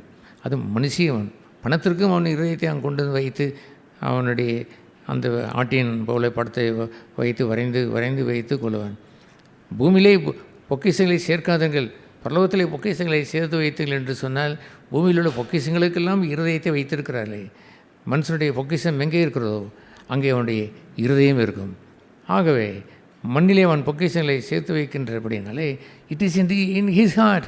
அவருடைய இருதயத்தில் இருப்பதெல்லாம் இந்த மண்ணுக்குரிய பொக்கிஷங்களை தானே வைத்திருக்கிறான். அவன் தேவனை எப்பொழுதும் நீங்காத அந்த கர்த்தராய் அவருடைய சமூகத்தை அவர் முன்பாக எப்படி வைத்து அவன் வாழ்கிறான்? அவன் வாழ்வதில்லையே. இந்த தாவீதோ தேவனுடைய இருதயத்திற்கு ஏற்றவனாய், வெரி க்ளோசர் வித் காட். ஆகவே தான் புதிய ஏற்பாட்டிலேயும் அங்கே எழுதி வைத்திருக்கிறது, தாவீது தேவனுடைய இருதயத்திற்கு ஏற்றவனாய் இருந்தான் என்று. பழைய ஏற்பாட்டில் அல்ல, புதிய ஏற்பாட்டிலே வருகிற மாறாத கர்த்தர், அங்கே ஆண்டவர் வம்சமாய் வந்த தேவன் இயேசு கிறிஸ்து அவரை சொல்லும் அளவிற்கு தாவீது தேவனுடைய இருதயத்திற்கு ஏற்றவனாக இருக்கிறான். அவருடைய தாசர்கள் சொல்லும் அளவிற்கு தாவீது தேவனுக்கு இருதயத்திற்கு ஏற்றவனாக இருந்தார்கள். மற்ற அனைத்து தீர்க்கதரிசிகள் ஆபிரகாம், ஈசாக் எல்லோரும் இருந்தார்கள். அவர் எல்லோரும் இருந்த சமயத்திலே அவ்வப்பொழுது இந்த ஆபிரகாம் உடைய ஒரு செயலை சொல்லும்போது நண்பனாக இருந்தான், முகமுகமாய் அவன் பேசினான். மோசையை அவர் சொல்லும் பொழுது அவனும் பூமியிலே சாந்தமல்லவனாக இருந்தான், என்னை அண்டி வந்தவன் என்றெல்லாம் அவர் சொல்லத்தான் செய்தாலும் என்றாலும் கூட சம்திங் எக்ஸல்ஸ் இன்னும் ஒன்று அதிகப்படியாக போகிறது என்னவென்று சொன்னார், த லவ் ஆஃப் காட், அந்த நேசம் என்பதெல்லாம். இத்தனை சங்கீதங்களும் 150 சாப்டரும் நேசமாய் அந்த மரியாதை, அந்த நேசம் என்பது மிகுதியானது, நேசம் வலிமையுள்ளது. 12 சீசனில் இருந்தாலுமே கூட இயேசுக்கு அன்பான சீசன் என்று ஒருவனுக்கு பெயர். ஒன்றை கேட்க வேண்டும் என்றால் அவனிடத்தில் கேட்க சொல்லும்படி அவனை சொன்னார்கள். இயேசுனுடைய மார்பிலை சாய்ந்தவன் என்று எழுதியிருக்கிறது. அங்கே சூலமித்தியால் உன்னத பாட்டில் தான் என் நேசரின் மார்பிலை சாய்வேன் என்று அவன் சொல்வார். இவர் நேரடியாகவே மணவாளனை பெற்றதை போல் அந்த மார்பிலே போய் சாய்ந்து கொண்டாரே பாருங்கள். ஆகையினால் அந்த யோவானுக்கு பெயர் அவன் அன்பின் சீசன் என்று பெயர். அவன் என்ன செய்தான், அந்த யோவான் அவர் இயேசுக்கு பிரியமானவர் என்று பெயரை பெற்றபடினாலே அவர் அதிகமாய் அவர் அன்பு கூர்ந்தார் என்று எழுதியிருக்கிறது அல்லவா. நம்ம எல்லோரும் பக்தர்களாக இருக்கலாம், எல்லோரும் பரிசுத்தராய் வாழலாம், that's right. To have the love of God like then, அது போன்று ஒரு நேசம் என்று ஒன்று இருக்க வேண்டுமே. ஒரு ஃபாஸ்டிங் ப்ரேயர் என்று சொல்லி அனௌன்ஸ் பண்ணி இவ்வளோ ஆழம் ஆனாலுமே கூட கர்த்தரை சந்திக்க போகிறோம், ஆயத்தப்படுத்த வேண்டும் என்ற ஒரு நேசம் ஒன்று வேண்டுமே. அவரை தனியாக சந்திக்க போகிறோம், அவரை உன்னதத்தில் நான் சந்திப்பதை போலவே ஒரு மாதிரியாக சந்திக்க வேண்டும் என்று ஒரு நேசம் வைத்து ஓடி வந்திருந்திருக்க வேண்டுமே. என்னுடைய காரியங்களெல்லாம் ஒதுக்கி வைத்து விட்டு வந்திருந்திருக்க வேண்டும் அல்லவோ. அதுபோன்று ஒரு நேசம் கொண்டதானே அந்த ஃபாஸ்டிங் ப்ரேயர் என்று ஆண்டவர் சொன்னார். அங்கே யோவான் ஸ்நானகனுடைய சீசர்கள் உபவாசித்தார்களே அதுபோல் என்று கேட்டுவிடும். அது அல்ல, அதெல்லாம் ட்ரெடிஷனாக சடங்காச்சாரமாக உபவாசிப்பது. உபவாசிப்பார்கள் எப்பொழுது என்றால் மணவாளன் அவர்களை விட்டு எடுக்கப்படும் நேரம் வரும்பொழுது ஒரு மணவாளனுடைய தோழன் உபவாசிப்பதை போல் ஓடி வந்து உபவாசிப்பார்கள். அந்த ஸ்நேகத்தை காட்டுகின்ற ஒரு இடமே அந்த உபவாசம்தான் என்று ஆண்டவர் சொல்லி காட்டினார் அல்லவோ. அப்படி இருந்திருக்க வேண்டும். சபையிலே எல்லோரும் ஆவிக்குரியவர்கள் என்று ஆக்க வேண்டும் என்று விரும்புகிறோம். கொஞ்சம் பேர் மாம்சமாக இருந்தாலும் என்ன, மெஜாரிட்டி இருந்தால் நல்லது தானே. சம்டைம் இட் பிகம்ஸ் 50%, 50% மாறுவதோ குறைந்துபட்டோ போவதே இல்லை, போயது போகக்கூடாது. ஜீவனில் தேவனுடைய சபை மணவாட்டியின் சபை. அந்த சபையினுடைய பெயரே நேசத்தினுடைய மணவாட்டியை கொண்ட ஒரு சபை. The love supremely God. அவருடைய தெய்வபக்தி உண்டா? எஸ். அவர் தேவன் பயந்து வாழ்கிறார்களா? எஸ். அவர் கிருபை அண்டி வாழ்கிறார்களா? எஸ். அவர்கள் போய் உதவியை பெற்று வாழ்கிறார்களா? எஸ். அவர் மூலமாய் எல்லாம் உமக்கு என்று அர்ப்பணித்து வாழ்கிறார்களா? எஸ். எல்லாவற்றையும் விட மேலாய் தி லவ் காட் சுப்ரீம்லி, உயர்ந்த விதமாய் நேசிக்கிறவர்களாய் அந்த யோவானை போலவே மாற வேண்டும் அல்லவோ. பிற்காலங்களே இயேசு பேதுருவிடத்தில் அந்த அன்பை கொஞ்சம் கேட்டார். யூ லவ் மீ மோர், என்னை அதிகமாக நேசிக்கிறாய் என்று கேட்டார். இவளை காட்டிலும் என்னை அதிகமாக நேசிக்கிறாயா? எஸ் லார்ட் என்று அவன் சொன்னானே பாருங்கள். அதுபோல் 12 சீசர்களும் பிற்காலங்களிலே சந்தித்து யூ லவ் மீ, என்னை அதிகமாக நேசிக்கிறாயா என்று கேட்டு எல்லோரையும் அந்த அன்புக்குரியவர்களாய் மாற்றி அன்பின் சீசர்களாய் மாற்றி கோ டு த வேர்ல்ட். இப்பொழுது நீ உலகத்திற்கு போங்கள். சின்ஸ் யூ லவ் மீ, என்னை நேசிக்கிறபடியால் என்ன சூழ்நிலை வந்தாலும் ஓ தேவனே என்று என்னிடத்தில் வந்துவிடுவீர்கள். நான் உங்களுக்கு சமீபமாக வருவேன், உங்களுக்காக யுத்தம் செய்வேன், உங்களை பாதுகாத்து கொள்வேன், உங்களை ஒருபோதும் தனியே நான் இருக்க விடுவதில்லை. பிதா என்னில் அன்பாக இருக்கிறபடினாலே நானும் அவர்கள் அன்பாக இருக்கிறபடினாலே இருவரும் ஒன்றாக இருக்கிறபடினாலே என்னை தனியாக விட்டுவிடவே மாட்டார் என்று சொல்கின்ற அந்த பங்கெல்லாம் இந்த தாவீது பெற்றிருந்தானே. போவேன், இந்த கோலியாத் இடத்திலே போவேன், அன்று என்னோடு கூட வந்து என்னுடைய கர்த்தர் இன்றும் என்னோடு கூட வருவார், நான் வருவதை எப்படி என்று அவனுக்கே சொல்கிறேன் என்று சொல்லி, எப்படி வருகிறேன் என்று தெரியுமா? பார், என்னை பட்டயத்தோடு வரவில்லை, மனுஷிய உதவியோடு வரவில்லை, கர்த்தருடைய ஆவியினாலே வருகிறேன் என்று அவர் கூறி கர்த்தருடைய நாமத்தை அவன் உயர்த்தி சென்றானே பாருங்கள். கொன்றது ஒன்றும் அந்த கூழாங்கல் அல்ல, கர்த்தருடைய நாமமும் ஜெயம் பெற்றது. அவருடைய நாமம் உயர்ந்து அடைக்கலமானது. அதில் நீதிமான்கள் ஓடி சென்று அதை அடைக்கலம் புகுவார் என்ற அந்த அடைக்கலத்திலே இருந்தான் இந்த தாவீது. அவனுக்கு என்ன கேடகம் அவனுக்கு வேண்டும்? ஒரு கேடகமும் இல்லை. அவன் வைத்திருக்கிறான், நீண்ட கேடத்தை வைத்திருக்கிறான். என்ன நாய் என்று எண்ணினாயா? ஒரு போர்ச்சேவனை போல வந்து கொண்டிருக்கிறாய், நீ ஒரு நாயை போல் ஒரு கல்லை தூக்கி கொண்டு வருகிறாயே, உன்னை என்ன செய்கிறேன் பார், போய்விடு பாலகனை, ஒரு பாலகனாய் பால் குடிக்கிற ஒரு பையனை போயில் இருக்கிறாய், பால்முகம் மாறாத ஒரு மனுஷனாய் பையனாக இருக்கிறாய், போய்விடு என்று அவன் சொல்லுகிறான். நோ, இல்லை, நான் கர்த்தருடைய ஆவியினை நிறைந்து வருகிறேன் என்று அவன் சொன்ன பொழுது, அப்படியானால் வா, அவனை பீத்து பீத்து அவனை எரிந்து போடுவேன் என்று எப்படி நகைக்கிறான். இந்த உலகத்தில் அப்படி ஒன்று நடந்தால் விளவெழுத்து போவார்கள். ஆனால் இவன் விளவெழுத்து போகவில்லை. அது ஏனென்றால் காட் இஸ் வித் மீ, தேவன் என்னோடு கூட இருக்கிறார். ஐ லவ் காட், நான் தேவனை நேசிக்கிறேன். நான் வரும்பொழுது ஓ தேவனே என்று தான் சொல்லி வந்தேன். கர்த்தர் என்னோடு கூட இருக்கிறார், கர்த்தர் என்னை விட்டு நீங்காதவர். I love him, he also love me என்று அவன் சொல்லி கர்த்தருடைய ஆவியானவர் என்னோடு கூட இருக்கிறார் என்று அவன் வந்து அவனை அந்த அந்த அந்த நாமத்தினாலே அவருடைய ஆவியினாலே ஜெயம் பெறவில்லையா? ஜெயம் என்று சொல்லுவதெல்லாம் இவர் எந்த ரூபத்தை வைத்து நீங்கள் கொண்டாட முடியும்? நான் கொண்டாடுவதெல்லாம் only God has given me the victory, ஜெயம் தெரிகிற அவர்தான் என்று நான் கொண்டாடுகிறேன். ஹல்லேலூயா. ஆகவே நெஞ்சில் என்ன இருக்க வேண்டும்? தேவனே என்றால் வாயிலே சொல்வது ஓ தேவனே, எப்படி கூப்பிட வேண்டும்? ஓ தேவனே என்று நெஞ்சாறு உங்களுடைய ஆவியிலே ஆத்துமாவிலே அங்கே இருக்கக்கூடிய அத்தனை சிநேகத்தையும் வடிவமைத்து உள்ளே வைத்து பொங்கி வந்து ஓ தேவனே. ஒரு பாட்டை நாம் அதிகமாக விரும்பி படிப்பதற்கு நான் சொல்லிக் கொண்டதுக்கு அந்த காரணம் என்னவென்றால், ஓ இல்லை இல்லாத தேவ அன்பே, சொல்லவரை ஆராதிப்பேன். ஓ எல்லை இல்லாத தேவ அன்பே, என் உயிர் மூச்சுள்ளவரை ஆராதிப்பேன், ஆராதிப்பேன், ஆராதிப்பேன், ஆராதிப்பேன். அன்பான இயேசுவை ஆராதிப்பேன், ஆராதிப்பேன், ஆராதிப்பேன். அன்பான இயேசுவே, அன்பான இயேசுவே. இப்படியெல்லாம் அது பாட்டை படிக்கும் பொழுது எல்லையில்லாத அந்த தேவ அன்பு என்று இருப்பது தான் சபை. அது ஏன் அப்படி இருக்கிறது? ஷீ இஸ் த பிரைட், அவள் மணவாளனுக்கு உள்ள மணவாட்டி. நான் எப்படியாவது உலகத்தை விட்டு தப்பிச்சு போகலாம் என்று எண்ணிக்கொண்டிருக்கிறார்கள். நான் எப்படியாவது பரலோகத்துக்கு போகலாமா என்று எண்ணிக்கொண்டிருக்கிறார். அவர்கள் அல்ல, அவரை நேசித்தவர்கள், முதற் பலனானவர்கள் தான் அவரிடத்தில் வருவார்கள் என்று எழுதியிருக்கிறது. மற்றதெல்லாம் சில இருந்திருக்கக்கூடும், அவர்கள் வருவார்கள். ஆனால் முதற் பலனானவர்கள் என்று சொல்கிற யாக்கோபு 1ஆம் அதிகாரத்தில் வாசிக்கிறோமே, த ஃபர்ஸ்ட் ஃப்ரூட். இயேசு யார்? அவருக்கும் ஃபர்ஸ்ட் ஃப்ரூட், முதற் பலனானவர். 1 கொரிந்தியர் 15 வாசிக்கிறோம், அவர் நமக்கு முதற் பலனானவர். மணவாளன் முதற் பலனானவராய் இருப்பதை போலவே மணவாட்டி முதற் பலனானவராய் இருந்திருக்க வேண்டாமா? அவருடைய இருதயம் முழுவதும் இயேசுவாய் இருந்திருந்திருக்க வேண்டாமா? இயேசுவால் ஆட்கொள்ளப்பட்டு இருக்க வேண்டாமா? ஒரு தீயத்திரா சபையோ அல்லது ஏதோ ஒரு சபையில் அங்கே அந்த சபையினுடைய குற்றத்தை எழுதும் பொழுது யூ லிவ் பிஃபோர் மென் என்று அவர் சொல்வார். மனுஷருக்கு முன்பாய் வாழ்ந்தாய் என்று குற்றஞ்சாட்டுவார். உன்னிடத்தில் ஒரு குறை உண்டு, என்ன குறை என்று சொன்னால், யூ லிவ் பிஃபோர் மென், மனுஷருக்கு முன்பாய் நீ வாழ்ந்து திருப்தியாய் இருந்தார். மனுஷன் உன்னை போற்றினார், மனுஷனுடைய பக்திமான் என்று சொல்லிவிட்டால் யூ டேக் த சர்டிஃபிகேட், அது போதும் என்று எண்ணிக்கொண்டார். படத்திலிருந்து இதை நேசகுமாரன் என்று நேசகுமாரத்தை என்ற சர்டிஃபிகேட்டை பெற்றது உண்டா? வாழ்க்கையிலே நேசகுமார் என்ற அந்த சர்டிஃபிகேட்டை பெற வேண்டாமா? அது இல்லை என்று சொன்னால் யூ லவ் சம்திங் மோர், ஒன்றை அதிகமாக நேசிக்கிறவர்களை மாறி you won't be fitting into the church of the bride. அந்த மணவாட்டி சபையிலே ஒன்றாக இருக்க இயலாத சகோதர சகோதரிகளே வருவார். அவர் வரும் பொழுது கொஞ்சம் பேர் விட்டு போய் பிற்காலத்தில் வந்தால் வருவார்களோ என்று தெரியவில்லை. ஆனாலும் முதற் பலனானவர்களை பெற்றுக்கொள்ள வருவார். அவர்களெல்லாம் மத்திய ஆகாயத்தில் எடுத்துக்கொள்ளப்படுவார்கள்.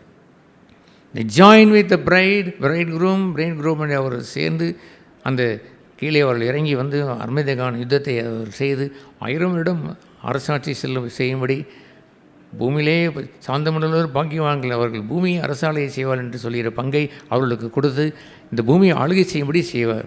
எல்லா ராஜ்யங்களும் தகர்ந்து போய்விடும். அந்த நேபுகாத்நேச்சார் சிலையை போல் எல்லாம் உடைந்து போய் கொண்டு வந்து ஒரு கல்லொன்று வரப்போகிறது தேவராஜ்யம். அது வந்து வருகின்ற நாட்களிலே we would be appointed. அதை தேவனுடைய அவருடைய அந்த சியோன் குமாரத்திகளாய் அல்லது அந்த மணவாளனுடைய மணவாட்டியாய் வரும்பொழுது you will appoint them to rule over the world. உலகத்தை ஆளும்படிய சிவன் 1000 days என்று சொல்வது நாம் எண்ணிக்கொள்கிறோம். அவர் 1 day, just 1 day, அந்த ஒரு நாள் என்று அவருக்கு பெயர். அந்த 1000 நாள் அரசாலை என்பது அப்படி போய்விடும். அவர் சீக்கிரமாய் போவதை போல் போய்விடும். பின்பு அவர் he will demolish the whole world, முழு உலகத்தை உடைத்து அவர் புதிய வானமும் புதிய பூமியும் தோன்றச் செய்து அங்கே அவரே சூரியனாய் இருப்பார் என்று வந்து அங்கே பகலும் இல்லை இரவும் இல்லை என்று வந்து கண்ணீர் இல்லை வேதனை இல்லை என்றெல்லாம் வந்து இனி ஒரு ஆளுகை இல்லை, அவரே சகலத்திற்குரியவரை ஆளுகை செய்வரை அமர்ந்திருப்பார் என்று சொல்லி தன் பக்கத்திலே அந்த 12 கோத்திரத்தினுடைய மக்களை அவர் வைத்து ஆளுகை செய்வாரே அந்த புதிய வானம் புதிய பூமியும் தோன்றின அந்த பகுதியெல்லாம். சும்மா நீங்கள் கேட்டுவிட்டு நன்றாக இருக்கு என்று கேட்டுவிட்டு போவதற்கு உங்களுக்கு இந்த மண்ணிலே இருந்து கொண்டே ரசித்து விட்டு போங்கள். ஆனால் யாரெல்லாம் மனவாட்டியாய் வாழ விரும்புகிறார்களோ அது அவர்களுக்கு உள்ளத்தில் பரவசத்தை தரும். என் தேவன் இடத்தில் நான் போகிறேன் என்று மரணத்தை அவர்கள் மரண வாசலை மரணம் என்று எண்ணாமல் அவர் சொன்ன வாக்கை என்னை விசுவாசித்த எவனவன் சாவதில்லை மறிப்பதில்லை என்பதை அவன் அறிந்து இந்த தேவன் என்னென்றும் உள்ளது நம் தேவன் மரணபரியந்தம் என்னை நடத்தினார் என்று சொல்லுகிறதெல்லாம் பழைய ஏற்பாடு. புதிய ஏற்பாடில் வாழ்கின்ற நமக்கோ அவர் இயேசு பிரானை அவர் வந்து உயிர்த்தெழுதலை நமக்கு தந்து உங்களுக்கு இனி மரணமில்லை என்று சொல்லி வைத்தாரே பாருங்கள். மணவாட்டி சபையை சேர்த்துக்கொள்கின்ற தன்னுடைய ஜனத்தை உங்களுக்கு மரணமில்லை, நீ மரித்தாலும் கூட நித்திரைதான் செய்வீர்கள் அல்லாமல் பிழைத்துதான் இருப்பேன் என்று சொன்னாரே பாருங்கள். ஹல்லேலூயா! அது போன்ற ஒரு ஆர்ப்பரிப்பான ஒரு சபை இருந்து நிற்க வேண்டாமா? நான் பக்தியாக வாழ்கிறேன், பரிசுத்தமாக இருக்கிறேன், நானும் தான் வேதம் வாசிக்கிறேன், நானும் தான் அதை செய்ய இதை செய்ய சொல்லிக்கின்ற ஜனங்களில் ஒன்று இருப்பது என்பது வேறு. those who love God supremely, மேலான அன்பை வைத்து நேசிக்கிறோம் என்பது வேறு. he will divide them, அவர்களை பிரித்து வைத்து விடுவார். they are the first fruits, முதற் பலனாய் வைத்து அவளை வைத்து அவர் வாழுவார். ஹல்லேலூயா! அதுபோன்ற ஒரு பகுதியை தான் இந்த உலகத்திலே எத்தனை கள்ள உபதேசங்கள் தோண்டி என்னென்னமோ செய்வதற்கு என்னென்னமோ உபதேசங்களை எல்லாம் கொண்டு வந்து வைத்து விடுகிறார்களே. உபதேசமாக பெரியது. உபதேசத்தை வல்லவர்கள் யார் என்றால் வேதபாரன் என்று அங்கே எழுதியிருக்கிறது. வேதபாரன் என்று சொன்னால் ஸ்கிரைப் என்று சொன்னால் ஆங்கிலத்திலே உள்ள ஸ்கிரைப் என்ற வார்த்தை இந்த பூமியிலே போய் கேட்டு O God is not as ordinary teacher professor, ஒரு ப்ரொஃபஸர் இல்லை டீச்சர் இல்லை, ஸ்கிரைப் என்று சொன்னால் சகலமும் அறிந்தவன் என்று பெயர். வேதத்தினுடைய சகல நூக்கன் காணரை அறிந்தவனுக்கு பெயர் தான் வேதபாரகன். வேதபாரகன் அவன் வாசித்தாலும் அந்த வேதபாரன் வாசித்தும் அவனுக்கு தேவன் இல்லை, அவனை தேவன் நேசிக்கிற நேசம் இல்லை. தேவன் அவர் எப்படி அங்கே அவர் எழுதியிருக்கிறது, அவரே வார்த்தையாக இருந்தார். அது போன்ற ஒரு வார்த்தை அவர் எங்கே வைத்திருந்தார் தெரியுமா? அந்த வார்த்தை மாம்சமாய் மாறி அந்த வார்த்தையே தேவனாய் இருந்தது என்று. வார்த்தையிலே கர்த்தரை கண்டுபிடித்தவன் இருக்க வேண்டும். வார்த்தைக்குள்ளே புழங்கி அவரை தொட்டவன் இருக்க வேண்டும். வார்த்தையிலே அவரை தேடாதவன் அந்த வார்த்தையை தியானிப்பதற்கு அவன் இனிமையும் இருப்பதும் இல்லை. எப்படி அவன் இனிமையை அவன் கொள்ள முடியும்? வார்த்தையிலே தேவனை கண்டவன், அந்த வார்த்தையே தேவன் என்று அவன் கண்டவன். இந்த வார்த்தை இஸ் எக்ஸ்போஸ் என்று அந்த சங்கீதத்தில் சொல்லும் பொழுது அந்த வார்த்தையை நான் திறந்து பார்த்த பொழுது வெளிச்சத்தை கண்டேன் என்று சொல்லுவார். மற்றவர்களுக்கெல்லாம் சும்மா இருளை போல் இருக்கிறது அந்த வார்த்தை, ஏன் திறந்துவிடன் சடார் என்று வெளிச்சத்தை போல் ஒருவனுக்கு படுகின்றது. தேவனை அறிந்தவன், தேவன் வெளிச்சமாக இருக்கிறார் என்று கண்டவன், தேவனையோடு நெருங்கி பழக வேண்டும் என்று இருக்கிற ஒரு மாந்தருக்கு ஜெயம் ஜெயம் எப்பொழுதும் ஜெயத்தை அவர் கொடுத்து கொண்டே தான் இருப்பார். ஹல்லேலூயா! இந்த பூமியிலே தான் அவர் தன்னை நிரூபித்து காண்பிப்பார். Are you the one to prove God like then? அப்படி நீங்கள் நிரூபித்து காட்டுவதற்குரிய அந்த பண்பை உடையவர்களாய் வாஞ்சை உடையவர்களாக இருக்கிறீர்களா? நவந்தன் என் உள்ளத்தில் வருகின்ற வைராக்கியம் என்னவாக இருந்திருக்க வேண்டும் இருக்கும் என்று சொன்னால் உரத்த சத்தமாய் ஆண்டவரிடத்தில் என்ன சொல்லுவது என்னவென்றால், ஆண்டவரே இந்த சூழ்நிலை ஐ வில் ப்ரூவ் யூ, உண்மை நான் நிரூபித்து காண்பேன். என்னை நிரூபித்து காண்பது என்பதெல்லாம் அகந்தை. நான் அல்ல. I will prove you that God is with me, தேவன் இருக்கிறார் என்பதை நிரூபிப்பேன். யூ லவ் மீ, நீர் என்னை நேசிக்கிறீர் என்பதை நீ காணும்படியாக நான் செய்வேன். நீரே எனக்கு எல்லாம் என்பதையும் அறிக்கை நான் செய்வேன். ஐ வில் ப்ரூவ் யுவர், உங்களோடு கொண்டு இருக்கக்கூடிய என்னுடைய அர்ப்பணத்தை நிரூபித்து நான் காண்பிக்க வேண்டியது ஒரு நேரம், எனக்கு உதவி செய்யும் என்று கேட்பேன். நீங்கள் எப்படி உங்களால் சொல்ல முடியுமா? Lord, I will prove you, என்னை நான் நிரூபிப்பேன். ஐ பிலாங் டு யூ, உமக்குரியவன், நீர் என்னுடைய மணவாளன் என்பதை நான் நிரூபித்து நான் வாழுவேன். என்னுடைய நேசம் எதற்கும் இல்லை, இந்த மண்ணுக்குரிய நேசம் ஒன்றும் என்னை பற்றி கொள்ளவில்லை என்று நான் உரத்த சத்தமாய் சொல்வேன். சாத்தானுக்கு முன்பாக இந்த உலகத்தில் வருகிறான், அவனுக்கு என்னிடத்தில் ஒன்றுமில்லை என்று நான் உரத்த சத்தமாய் உலகத்தில் வருகிறான், அவனுக்கு என்னிடத்தில் ஒன்றுமில்லை என்று நான் சொல்லுவேன். சீசர்களை வாங்கல் போருங்கள் என்று போவோம் என்று அடுத்த வசனத்தில் எழுதியிருக்கும். He will take his disciples, தன்னுடைய சீசிலை வைத்து கொண்டு லோகத்தையும் லோக மாந்தரையும் லோகத்தினுடைய அதிபதியும் விட்டுவிட்டு அவர் போய்விடுவார். ஹல்லேலூயா. அதுபோன்ற ஒரு சிநேகம் வளர்ந்திருக்க வேண்டும். ஜீவனுள்ள தேவனுடைய சபையிலே வளருவது மணவாளனுடைய நேசத்தை கொண்டவர்கள் வளருவது, மணவாளன் மீது கொண்டு வந்த பற்றுதலிலே நாளுக்கு நாள் வளர்ந்தது. அன்பு வளரும். சில சமையலே பகையும் வளரத்தான் செய்கிறது. அவன் அந்த பகையை வைத்து ஆண்டவர் என்னவென்று சொல்லுவார், அநீதி செய்கிறவன் அநீதி செய்து கொண்டே போகட்டும், நீதி செய்கிறவன் நீதி செய்து கொண்டே போகட்டும். அசுத்தன் இன்னும் அசுத்தனாகிக் கொண்டே இருப்பான், அசுத்தமாகிக் கொண்டே போகட்டும். மனுஷியத்துக்குரிய மனுஷியமாகவே இருந்துவிட்டு போகட்டும். யூ டிவைன், நீங்கள் திவ்ய உள்ளவர்களாக மாறுங்கள், நீங்கள் பரிசுத்தமாகவே இருந்து கொண்டே இருங்கள் என்று அவர் சொல்லவில்லையா? அதுபோல் வளர வேண்டாமா? காட்லினஸ் வில் க்ரோ, தேவபக்தி வளரும். உங்களுடைய பொறுமையானது பூரண கிரியை செய்ய முடியும் என்று சொல்வாரே. பொறுமை இருக்கிறது, ஆனால் இவ்வளோ பூரண கிரியை என்று அவர் கூறுவாரே. தெசலோனிக்கா உங்கள் அன்பில் வளருங்கள் என்று அவர் கூறுகிறாரே. அவருடைய தயவு நீடியது என்று இருக்கிறதே. நீண்ட தயவிலே பாதியாவது சென்று அந்த பாதையிலே சென்றீர்களா? அவரோடு கூட நீங்கள் அவர் பூட்டப்பட்டு என்னுடைய இருதயம் சாந்தமும் மென்மையும் அமைதியிலுமாயும் தாழ்மையும் இருக்கிறது என்று சொல்லவோடு அவரை பூட்டப்பட்டு கற்றுக்கொண்டு தேடி வருகிறோமா? ஹல்லேலூயா. அதுபோன்ற ஒரு பகுதியெல்லாம் ஒன்லி காட், தேவன்தான். அவர் தம்முடைய தாசர்களுக்கு எக்காலத்தும் தோல்வியை தரமாட்டார். உபத்திரவங்கள் உண்டு, அது கஷ்டமாக கூட இருப்பதில்லை. உபத்திரவங்கள் உண்டு, அது என்னமோ அவன் தூக்கு போட்டு தொங்குவதற்கு போல் இருக்கக்கூடிய ஒரு முடிவான வாழ்க்கையை போல் அவன் பார்க்க மாட்டான். உபத்திரவங்கள் உண்டு, அது அங்கே தன்னை மறைத்து வைத்து அவன் கொடுப்பார். உபத்திரவங்களுக்குள்ளேயே அவர் கூட இருப்பார். when I walk through the valley of the death, மரண பள்ளத்தாக்களை நடந்தாலும் டக் என்று அவர் கோலையும் அவர் தடியும் இருட்டாக இருக்கிற நேரத்தில் கூட தடியும் தட்டி, ஐ ஆம் வித் யூ, நான் உன்னோடு கூட இருக்கிறேன் என்று சொல்லுவார். ஹல்லேலூயா. நீ என்னோடு கூட இருந்தால் எந்த மரண பள்ளத்தாக்கையும் கடந்து போவேன் என்று சொல்வான். மரண பள்ளத்தாக்கிலும் அவனை காண்பான். அவருடைய பாடுகளில் ஐக்கியம் கொண்டவர்கள் என்று எழுதியிருக்கிறதே அந்த பிலிப்பியர் 3:8. அதெல்லாம் பெரிய பெரிய ரகசியம் அல்லவா? அவருடைய பாடுகளிலே அந்த பாடல் வரும்பொழுதெல்லாம் அவரோடு கொண்ட ஐக்கியத்தை பொதித்து வைத்திருக்கிறார். இனிப்பு இருக்கிற இடத்துல அந்த மக்கள் தேவனை வைத்திருக்கிறோம் என்று கொண்டாடுகிறார்கள்.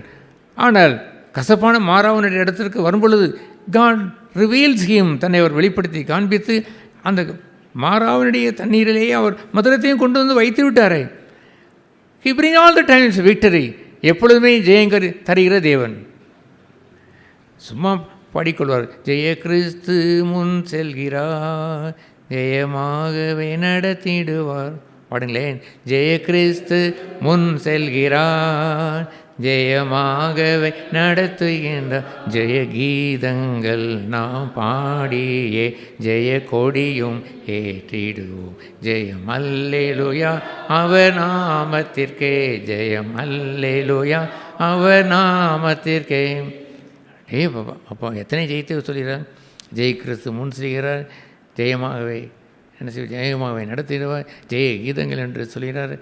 ஜெயம் கீதங்களை நாங்கள் ஜெய கொடி என்று சொல்கிறார். ஜெயமாகவே ஜெயம் ஜெயம் ஜெயம் ஜெயம் ஜெயம் என்று இருப்பது அவருடைய மணவாட்டி சபைக்கு உரியது ஐயா.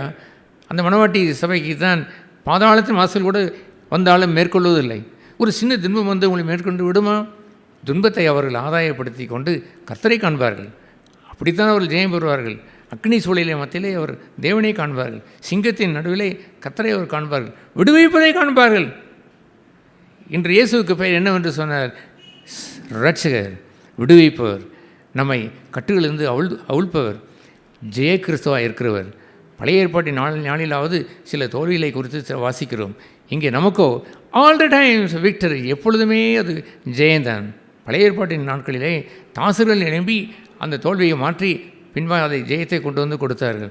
நமக்கோ கர்த்தர் என்னாலும் ஜெயத்தை கொடுக்கிறவரை வைத்து கொண்டாடுவது மென்மையல்லவா? அவரை நெசிப்பது மேன்மையல்லவா? ஹல்லேலூயா. உபதேசம் என்று சொல்லி வைத்து வெற்றியின் ரகசியங்கள் என்று எதையோ சொல்லி வைத்துவிட்டு பாவத்தின் மேல் வெற்றி என்று சொல்லிக்கொண்டு உபதேசத்தை கொண்டு வந்து வைத்து விட்டார்களையா. அவர்கள் ஸ்லோலி ஸ்லோலி ஸ்லோலி தேவனை தள்ளி வைத்து விட்டு உபதேசத்தை கொண்டு வந்து தூதர்களை வணங்கும்படியும் செய்து விட்டார்கள். தூதன் என்றால் வார்த்தைகளை கொண்டு வருகிறவன். அந்த போதகத்தை கொண்டு வருகிறவனையே கும்பிட தொடங்கிவிட்டார்கள். அந்த போதகனும் மகிழ்ச்சி கொண்டாடி அந்த உபதேசத்தையே வைத்து வைத்து வைத்து வைத்து நமக்குத்தான் இது உபதேசம் உண்டு, நமக்குத்தான் சத்தியம் உண்டு, நாம் தான் நம்முடைய தேவனுடைய பிள்ளைகள் என்று சொல்லி மாயம் செய்ய வைத்து மனுஷனுக்கு முன்பாக வாழ்கின்ற வாழ்க்கை. அந்த உபதேசம் ஜெயம் என்று எண்ணி விடாதீர்கள். ஜெயம் எங்கே இருக்கிறது என்றால் ஒன்லி காட், தேவன் ஒருவர் தான் ஜெயம் தருகிறோம். அவருடைய முதல் புத்தகத்திலே அவர் இயேசு என்று பெயரிடுவாயாக. ஏனென்றால் அவர் தம்முடைய ஜனங்களின் என்ன வாசிக்கிறோம், அது சரி, முதல்ல என்ன அதெல்லாம் மறந்து போய் விடுகின்றதாகவே வைத்திருக்கிறார்கள். பாவத்தை நீக்கி ரட்சிப்பான் படப்பட என்று சொல்லிக்கொண்டு போகிறார்கள். அல்லாமல் அந்த முதல் பகுதியான அற்புதம் என்னவென்று சொன்னால், யோவான் அந்த மத்தேயு 1ஆம் அதிகாரம், அந்த ஒரு குமாரன் அவருக்கு இயேசு என்று பெயரிடுவாங்க. ஏனெனில் அவர் தமது ஜனங்களின் பாவங்களை நீக்கி அவர் ரட்சிப்பார், மன்னிப்பார் என்று அல்ல. இயேசு என்ற பெயருக்கு மேலான காரியம் மன்னிப்பார் என்று முதலில் சொல்லி வைத்து விட்டு அவர் எலிமெண்ட்ரி ஸ்கூலோடு நிறுத்தவில்லை. அவர் சொல்கிறார், இட்ஸ் இஸ் PhD லெசன். அவர் பாவத்தில் மன்னிப்பது மாத்திரமில்லை, PhD லெவலுக்கு கொண்டு வருவார். எப்படி அவர் கொண்டு வருவார்? தமது ஜனங்களின் என்று அவர் சொன்னாரே பாருங்களேன். அவரை நேசித்து அவரை ஜெபிக்கின்ற ஜனங்கள் இருக்கிறார்களே, அவர்கள்தான் தமது ஜனம். அவர் இன்னண்டை வந்து கொண்டிருக்கிற ஜனம். அந்த தமது ஜனங்களை என்று சொல்வதை போலவே நீரின் தேவன் என்று சொல்வது வேண்டாமா? அவர் உங்களை தமது ஜனம் என்று சொல்ல முடியுமா? எப்பொழுது அவர் உங்களை தமது ஜனம் என்று சொல்வார்? நீரே என் தேவன் என்று சொல்கிறவர்கள், உண்மையே கதி என்று வாழ்கிறவன். எனக்கு ஒரு இரட்சகர் கொடுக்கப்பட்டார், நீரே எனக்கு இரட்சகர், உண்மையின்றி எனக்கு கதி இல்லை என்று வந்தவன் இருக்கிறானே, அதுபோன்று தெய்வ ஜனமாய் மாற வேண்டாமா? சங்கீதக்காரன் சொல்லுவான், நாங்கள் அவருடைய மேய்ச்சலின் ஆடுகளும் சொந்த ஜனமாய் இருக்கிறோம். அவர் எனது ஜனங்கள் என்று சொன்னதே போல் நீங்கள் சொல்ல வேண்டும் அல்லவா? உங்களுடைய குடும்ப ஜபம் வைக்கும் பொழுது, கர்த்தாவே நாங்கள் உண்மையை நம்பியிருக்கிறவர்கள், உண்மை நேசிக்கிறவர்கள், நாங்கள் உங்களுடைய சொந்த மேய்ச்சலின் ஆடுகள், சொந்த ஜனம் என்று அந்த பந்தம் அதல்லவோ வெற்றியை தரும். நீக்கி பாவத்தை முற்றிலும் நீக்கி ரட்சிப்பார் என்பதெல்லாம் உபதேசம் இல்லை ஐயா, உபதேசம் இல்லை. உபதேசம் எல்லாம் அவர் சொன்னதெல்லாம் தேவனிடத்தில் கொண்டு சேர்ப்பதற்கு தான் உபதேசம் அல்லாமல் ஒரு மனுஷன் தன் உபதேசத்திற்கு கொண்டு வருவது அல்ல. ஒரு மனுஷன் தன்னுடைய வார்த்தைக்கு கொண்டு வருவது அல்ல. வார்த்தை கொல்லும், ஆவியும் ஜீவனுமாய் இருப்பதெல்லாம் come to God, come to Jesus. இயேசுவிடத்தில் அவன் வந்திருந்திருக்க வேண்டும். மனுஷனிடத்திலே போய் பாவத்தின் மேல் வெற்றி என்பதை, அது வெற்றி என்னவென்றால் அது கிருபை தான் அது தர முடியும். அது என்ன கிருபை? அந்த கிருபையானது அது வரும்பொழுது உங்களை ஆண்டு கொள்ளும். அந்த கிருபையை எப்படி பெற முடியும்? அதை நீங்கள் கிருபாசனத்தை போய் பெற முடியும். அதை நீங்கள் ஜெயிக்க வேண்டும். அதை உங்களுடைய கிருபையை தரும் பொழுது அந்த பாவத்தை வெற்றி பெற்று வாழ வேண்டும் என்றெல்லாம் சொல்லுகின்ற புத்தகங்களை ஏராளமாக டிரான்ஸ்லேட் பண்ணி வைத்திருக்கிறேன். அது என்னவோ இருந்துவிட்டு போகட்டும். நானோ கர்த்தரை அறிந்தவன், அந்நாள் கொண்டு இந்நாள் வரைக்கும் உபதேசங்களை நம்பி வாழ்ந்தவன் அல்ல. உபதேசங்கள் என்னவாக இருக்கலாம் என்று சொன்னால், இயேசு சொன்னதை போல் அவர் என் வாக்கியங்களை ஆராய்ந்து பாருங்கள், அவைகள் என்னை குறித்து சாட்சி கொடுக்கும் என்று சொன்னாரே. தேட் இஸ் த அப்பளுக்கற்ற உபதேசம். என் சத்தியம் நான் கொடுத்த சத்தியம் என்று சொல்லுகிற மேன்மை பாராட்டுவது, ஒரு மனுஷன் மேன்மை பாராட்டுவது ஒரு சபையில் இருந்தால் தேவன் அங்கே இருப்பாரோ? தேவனை அகற்றிவிட்டு உபதேசங்களை நம்ப வைப்பது சரிதானா? அவருக்கு ஏராளமான நாங்கள் உபதேசத்திற்கிறோம் போதும் என்று சொல்வது சரிதானா? உபதேசத்தை மத்தியில் தேவனை அவர்கள் காட்டியிருந்திருக்க வேண்டாமா? Only God is my helper. எனக்கு மேற்கிலிருந்தும் வடக்கிலிருந்தும் தெற்கிலிருந்தும் கிழக்கிலிருந்தும் உதவி வருவதில்லை, பரத்திலிருந்து உதவி வரை என்று சொல்லுகிறவன் வேண்டுமையா? அவன் ஜெயமெல்லாம் கர்த்தருக்கே என்று சொல்ல வேண்டும். அவன் ஓசனா பாடுவதெல்லாம் பாருங்கள், இதோ உன்னதத்தின் தேவன் முன்னால் போகிறார், பின்னாலிருந்து பாடுகிறவர் சொல்ல இவர் தான் எங்களுக்கு ஜெயத்தை கொடுத்தார் என்று சொல்வார். முன்னும் பின்னும் அந்த பாடல்கள் சொல்வதெல்லாம் ஓசனா என்பதை சொல்வதெல்லாம் ஒன்லி ஜீசஸ், ஒன்லி ஜீசஸ். இயேசு மாத்திரமே வைத்து அவன் சொல்லி பழகியிருந்திருக்க வேண்டாமா? இயேசு இந்த பூமியில் எப்படி பாவத்தை ஜெயித்து அவர் வாழ்ந்தார், அதை போலவே தானே நான் ஜெயித்திருந்திருக்க வேண்டும். அவர் எப்படி அவர் ஜெயித்தார்? எபிரேயர் 5ஆம் அதிகாரம் அந்த 7ஆம் வசனத்திலே வாசிக்கிறோம். எப்படி அவர் ஜெயித்தார்? தன் மாம்சத்தில் இருந்த நாட்களிலெல்லாம் அவர் எவ்வளோ காலம் மாம்சத்தில் இருந்தார்? சோதிக்கப்படக்கூடிய மாம்சத்தில் இருந்தார், மரணபுரிந்தும் மாம்சத்தில் தான் இருந்தார். அவர் கெத்சமனே தோட்டத்தில் இருக்கும் பொழுதும் என் சித்தம் அல்ல என்று சொல்ல வேண்டிய அவசியம் இருந்ததா? எஸ், என் சித்தம் அல்ல உம்முடைய சித்தம் ஆக கடவுள் என்று ஜெபித்தாரா? எஸ். அப்பொழுதும் அவருக்கு என் சித்தம் செய்யலாமா என்று யோசிக்கிறேன் என்ற ஒரு எண்ணமும் வந்ததா? எஸ். ஆனால் அவர் திரும்ப திரும்ப அவர் ஜெபித்ததெல்லாம் ஒரு முறை அவர் ஜெபித்தால், இருமுறை அவர் ஜெபித்தால், 3 முறை அவர் ஜெபித்த பொழுது அவர் கண்கலங்கி அவர் மனமுடைந்து அவருடைய வேர்வை அந்த ரத்தத்தின் பெருதல்வாய் கீழே விழுந்ததெல்லாம், ஐ லவ் யூ, உம்மை நேசிக்கிறேன், உம்முடைய விருப்பம் ஒன்று இல்லாமல் நான் வேறு ஒரு விருப்பத்தை என் உள்ளே வைத்திருக்கவில்லை, சித்தம் என்பதை உயர்த்தி அவர் பேசி 3ஆம் முறை அழுது பொழுதுதான் God came. He sent the Holy Spirit. பரிசுத்தாவினை அனுப்பி அந்த தூதன் அவரை திடப்படுத்தி, go, I will give the victory, ஜெயம் தருவேன் என்று சொல்ல அவரை திடப்படுத்தி அந்த தைரியப்படுத்தி அவன் தேவனால் திடப்படுத்தப்பட்டு அந்த தேவ பலனை பெற்றுக்கொண்டு எழுந்து நின்றாரே பாருங்கள். அவர் கொல்கதாவை ஜெயித்தார் ஐயா. அல்லேலூயா. கொல்கதா என்று சொல்வது சாத்தான் எண்ணினதை போல் தோல்வியினுடைய இடம் என்று அவன் எண்ணினான். அவரை கொன்று விட்டோம் என்று எண்ணினார். உண்மை என்னவென்றால் கலாத்திலே நாம் கொலோசியில் வாசிக்கிறதை போல் அவர் என்ன செய்தார்? அவர் சாத்தானை என்ன பண்ணினார்? அவர் சிலுவையிலே ஆணி அறைந்து அங்கே அவர் கொன்றார். உலகம் பார்த்ததெல்லாம் அவன் கொன்றான் என்பதை போல் தோன்றுகிறது. இந்த பரிசேயர்கள் கொன்றதை போல் தோன்றுகிறது. வேதபாரர்கள் கொன்றதை போல் தோன்றுகிறது. பட் ஜீசஸ் ஒன், இயேசு ஜெயித்தார். அவர் தான் என்னவென்று எழுதியிருக்கிறது அந்த 2ஆம் அதிகாரத்திலே கொலோசியர்களை, சாத்தானை சிலுவையிலே ஆணி அடித்து அவனை வெளியரங்கமாய் தோலை உரித்து போட்டு, அந்த பாம்பு என்று சொல்வார்களே அதே போல் அந்த பாம்பினுடைய சட்டையை, அந்த வலு சர்ப்பத்தின் சட்டையை உரித்து போட்டு ஜெயித்தார். ஜெயம் என்பது அங்கே தான் இருக்கிறது. ஹி ஒன் ஹிம், அவனை ஜெயித்தான். கிராஸ் என்று சொல்லுவதை அவன் வேறு விதமாய் அவளை மடங்கடிக்கலாம் என்று எண்ணினான்.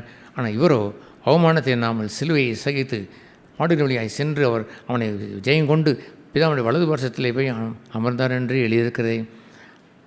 ஆகவே அவருடைய ஜீவகாலமெல்லாம் மாம்சத்தில் இருந்த நாட்களிலெல்லாம் பலத்த சத்தத்தோடும், என்ன பலத்த சத்தம்?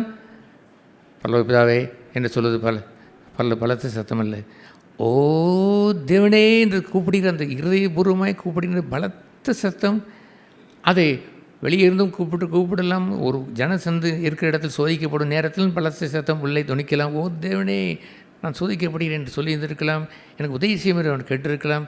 அந்த மாம்சத்தின் நாட்களில் 33 ஆண்டு காலம் கடைசி நிமிடம் வரைக்கும் அவர் வைத்துவிட்டு முடிந்தது என்று சொல்கின்ற நாட்கள் வரைக்கும் அவர் உள்ளத்தில் ஓடிக்கொண்டிருந்ததெல்லாம் ஓ பிதாவே என்பதுதான். அவரை குறித்து இன்னொரு டிரான்ஸ்லேஷன் என்ன சொல்கிறேன் என்று சொன்னால், அவர் கொல்கதா மேட்டில் ஏற தொடங்கினது முதல் கடைசி மட்டும் அவர் பிதாவே பிதாவே பிதாவே பிதாவே என்று சொல்லிக்கொண்டே தான் போனார். அவரை விட்டு விலகவே இல்லை. அல்லேலூயா. மனுஷருடைய பாவத்தை சுமந்த பொழுதுதான் ஓ தேவனே என்று கதறினார். ஓ தேவனே என்னை அவர் முகத்தை மறைத்து விட்டீரே என்று கலங்கின நேரம் பாவம் சுமந்தபடியான தேவன் பாவத்தை பாராத சுத்த கண்ணர் அவர் விலகின பொழுது அதை கொஞ்சம் நிமிடம், சில நிமிடங்களை தாங்க முடியாமல் அவர் ஓ தேவனே என்று அவர் சொன்னார். பின்பு மீண்டும் அவர் பிதாவை பெற்றுக்கொண்டு, பிதாவை முடிந்தது, என்னுடைய ஆவியை உம்முடைய கரத்திலே ஒப்படைக்கிறேன் என்று சொன்னாரே பாருங்கள். ஜெயமையா சாத்தானை சிலுவிலே அறைந்து அவனை தோற்கடித்து, அந்த மரணத்தின் அதிகாரியாக இருக்கக்கூடிய அவனை தோற்கடித்து அந்த சாவியை எடுப்பதற்காக, அந்த மரணத்தினுடைய திறவுகோலை எடுப்பதற்காக பாதாளம் சென்று அதை பாதாள எடுத்துக்கொண்டு வந்தாரே பாருங்கள். ஜெயத்தை மண்ணிலே ஜெயித்து காண்பித்தார். வி ஆர் ஆல் விக்டரர், நம்ம எல்லோரும் ஜெயம் பெற்றவர் என்று பெயர் வேண்டாமா? நான் சில சபை நாட்களிலே நான் பார்த்துருக்கிறேன் மக்களை. எத்தனையோ கான்ஃபரன்ஸ் வந்தாலும், இன்னும் இப்போ கான்ஃபரன்ஸ் போனாலும், இன்னும் என்ன கேட்டாலும் நன்றாக இருப்பது போல் தோன்றுகிறது. ஆனால் வெளியே வந்தவுடன் அப்படியே எனக்கு தோல்வி உண்டாகி அப்படிங்கிறது, வீட்டுக்கு போனால் பிரச்சனை என்று சொல்லுகிற எத்தனை பேரை நான் பார்த்துருக்கிறேன். அவளுக்கு நான் என்னுடைய வெற்றியின் ரகசியத்தை சொல்லுவேன், அது அவர்களுக்கு புரிவதில்லை. அவர்களுக்கு விளங்குவதெல்லாம் இந்த சத்தியம்தான் வேண்டும். இன்னொரு புதிய சத்தியம் உண்டா சொல்லுங்கள் என்று தான் கேட்டுக்கொண்டு இருக்கிறார்கள். இத்தனை ஆண்டு காலம் நான் கேட்ட சத்தியம் பிரயோஜனப்படவில்லை என்று சொன்ன மாந்தர்கள் எத்தனை பேர் இருந்திருக்கிறார்கள். தேவனே காட்ட மறந்துவிட்டு வெறும் சத்தியத்தை காட்டுவது சரிதானா என்று சில கான்ஃபரன்ஸ் கூட்டங்களை நான் கேட்டிருக்கிறேன். சத்தியம் உங்களை விடுதலையாக்கும் என்று சொல்லிற ஒரு போர்டை அங்கே வைத்திருப்பார்கள். அதை தட்டி வைத்து நான் பேசியிருக்கிறேன்.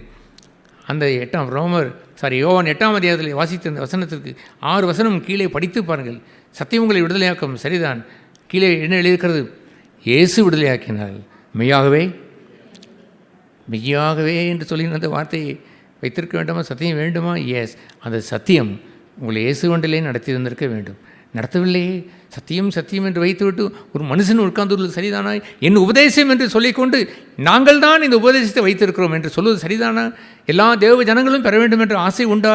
எல்லா மக்களும் பெற வேண்டும் என்ற, இருளில் வாழும் மக்களுக்கு அந்த வெளிச்சம் போக வேண்டும் என்ற அந்த வெளிச்சத்தை யார் அந்த ஆசையை கொண்டிருப்பார்கள்? தேவனை வைத்தவன் பெற்றிருப்பான், தேவனால் வெற்றி கொண்டவன் நான் சொல்லியிருப்பான், மற்றவர்களுக்கும் இந்த வெற்றி போக வேண்டும் என்று சொல்வானே அல்லாமல் நாங்களே வெற்றி கொண்டவர் என்று தனியாய் வைத்துக்கொண்டு வாழ்வதில்லையே.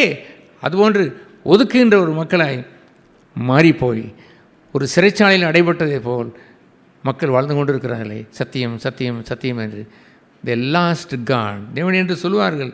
ஆனால் உள்ளத்தில் இருப்பதெல்லாம் சத்தியம் சத்தியம், மனுஷன் கொடுத்த சத்தியம், இந்த சபை கொடுத்த சத்தியம் என்று வாழ்வது சரிதானா?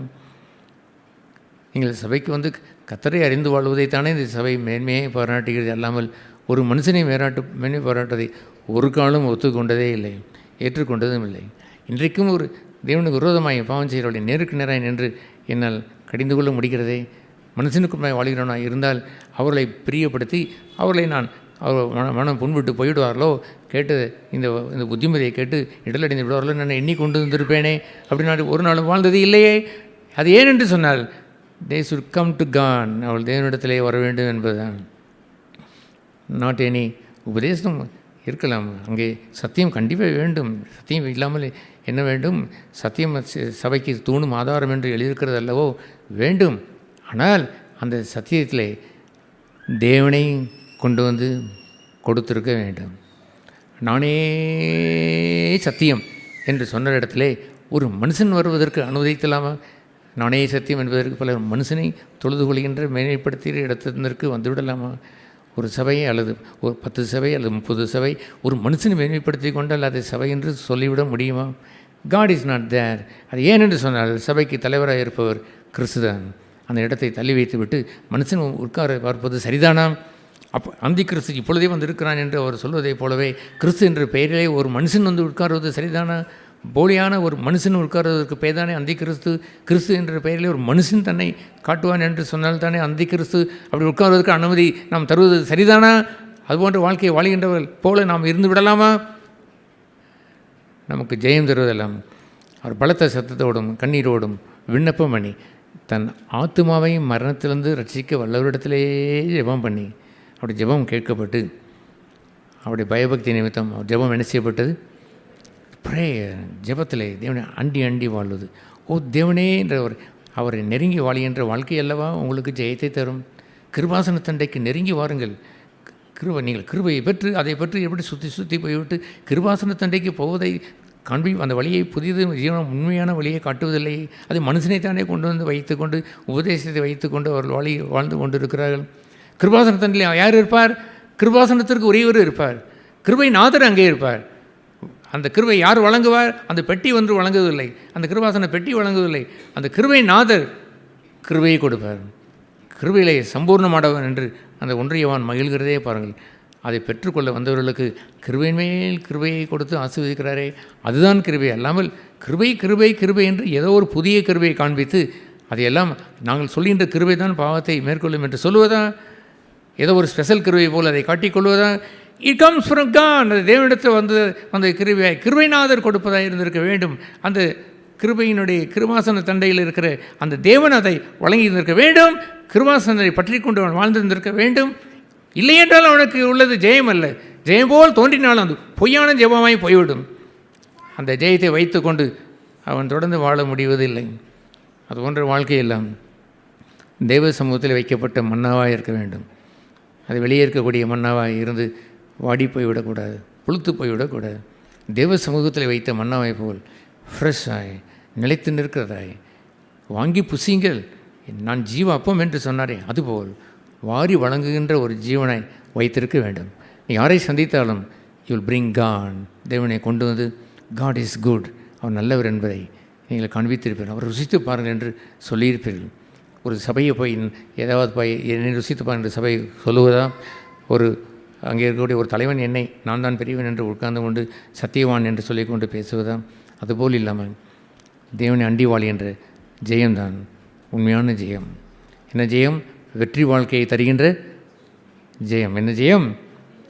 விக்டோரியஸ் லைஃபை தருவதெல்லாம் ஓன்லி காட் என்று மாறுகின்ற அந்த உத்தமம் தான். அதில் ஜெயித்து வாழ ஆண்டவர் கிருபை செய்வாராக. தேவன் பேசின அவருடைய வார்த்தைக்காக நான் நன்றியுள்ளவனாக இருக்கிறேன். கிறிஸ்தவன் என்று சொல்கிறதுல அதுக்குரிய மீனிங்கே அந்த பெயர்லேயே இருக்கிறது.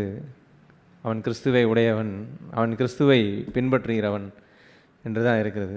ஆண்டவர் இல்லாத ஒரு வாழ்க்கை ஒரு கிறிஸ்தவ வாழ்க்கையே அல்ல. ஆண்டவர் இல்லாமல் நான் தொடங்குகிற ஒரு வாழ்க்கை ஒரு கிறிஸ்தவ வாழ்க்கையே அல்ல. இந்த காரியங்கள்லாம் படித்த சங்கீதம் 63 உள்ள காரியங்கள்லாம் படிக்கும் பொழுது என்னுடைய ஆண்டவரை ஏற்றுக்கொண்டு என்று என் வாழ்க்கையில் ஒரு மாற்றம் ஏற்பட்டு ஆண்டவரிடத்தில் என் வாழ்க்கையை முழுமையாக அர்ப்பணித்தேனோ அந்த நாளிலிருந்து இந்த நாள் வரைக்கும் எப்படி என் வாழ்க்கை இருந்தது, எப்படி இருக்குது, எப்படி இன்னும் இருக்கணும் என்ற ஒரு 3 வகையாக நான் பிரித்து பார்க்க முடிஞ்சது. அதில் ஆண்டவர்கிட்ட நான் அன்றைக்கி வந்த நாள், ஆண்டவரிடத்தில் எல்லாம் என்னை ஏமாற்றக்கூடிய காரியங்களாக தான் இந்த உலகத்தில் இருந்துச்சு. உலகத்தில் எந்த அன்பும் நிரந்தரம் அல்ல, எந்த பொருளும் எந்த பணமும் எந்த உறவும் நமக்கு நிம்மதியை தருவதில்லை. எவ்வளவு நெருங்கிய நட்பாக இருந்தாலும் அதிலும் ஒரு விரிசல் உண்டு. எல்லாத்துலேயுமே அந்த உண்மையெல்லாம் கண்டு தான் ஆண்டவரிடத்தில் திரும்பி வந்தேன். அன்றைக்கி வந்த நான் தேடிப்போன அன்பு எல்லாம் என்னை ஏமாற்றியது. ஆனால் நான் எந்த அன்பை விட்டு விலகி போனேனோ அந்த அன்பு என்றைக்குமே என்னை விட்டு பிரியவே இல்லை. அப்படிப்பட்ட அன்பின் ஆண்டவரை தான் நான் கண்ட பொழுது உள்ளம் உடைந்து முழுமையும் அவரிடத்தில் அர்ப்பணித்து அவருடைய இரத்தத்தினால் கழுவப்பட்டு ஒரு புதிய வாழ்க்கையை ஆண்டவருக்குள்ளாக தொடங்கினேன். அன்றைக்கி தான் என் வாழ்க்கையில் சந்தோஷம்னா என்ன, சமாதானம்னா என்னன்றதே வாழ்க்கையில் புரிந்து கொள்ள முடிஞ்சிச்சு. அப்படிப்பட்ட சமாதானத்தினால் உலகத்தில் தேடி அலைந்த நிம்மதியை ஆண்டவருக்குள்ளாக எல்லாமே சாட்டிஸ்ஃபை ஆயிடுச்சு. என் இருதயம் ஒரு ஓட்டை நிறைந்த ஒரு ஓட்டை உள்ள ஒரு வேக்யூம் உள்ள ஒரு இருதயமாகவும், அந்த இருதயத்தை உலகத்துக்குரிய எந்த காரியமுமே நிரப்பவோ சந்தோஷம் தரவோ முடியவே இல்லை.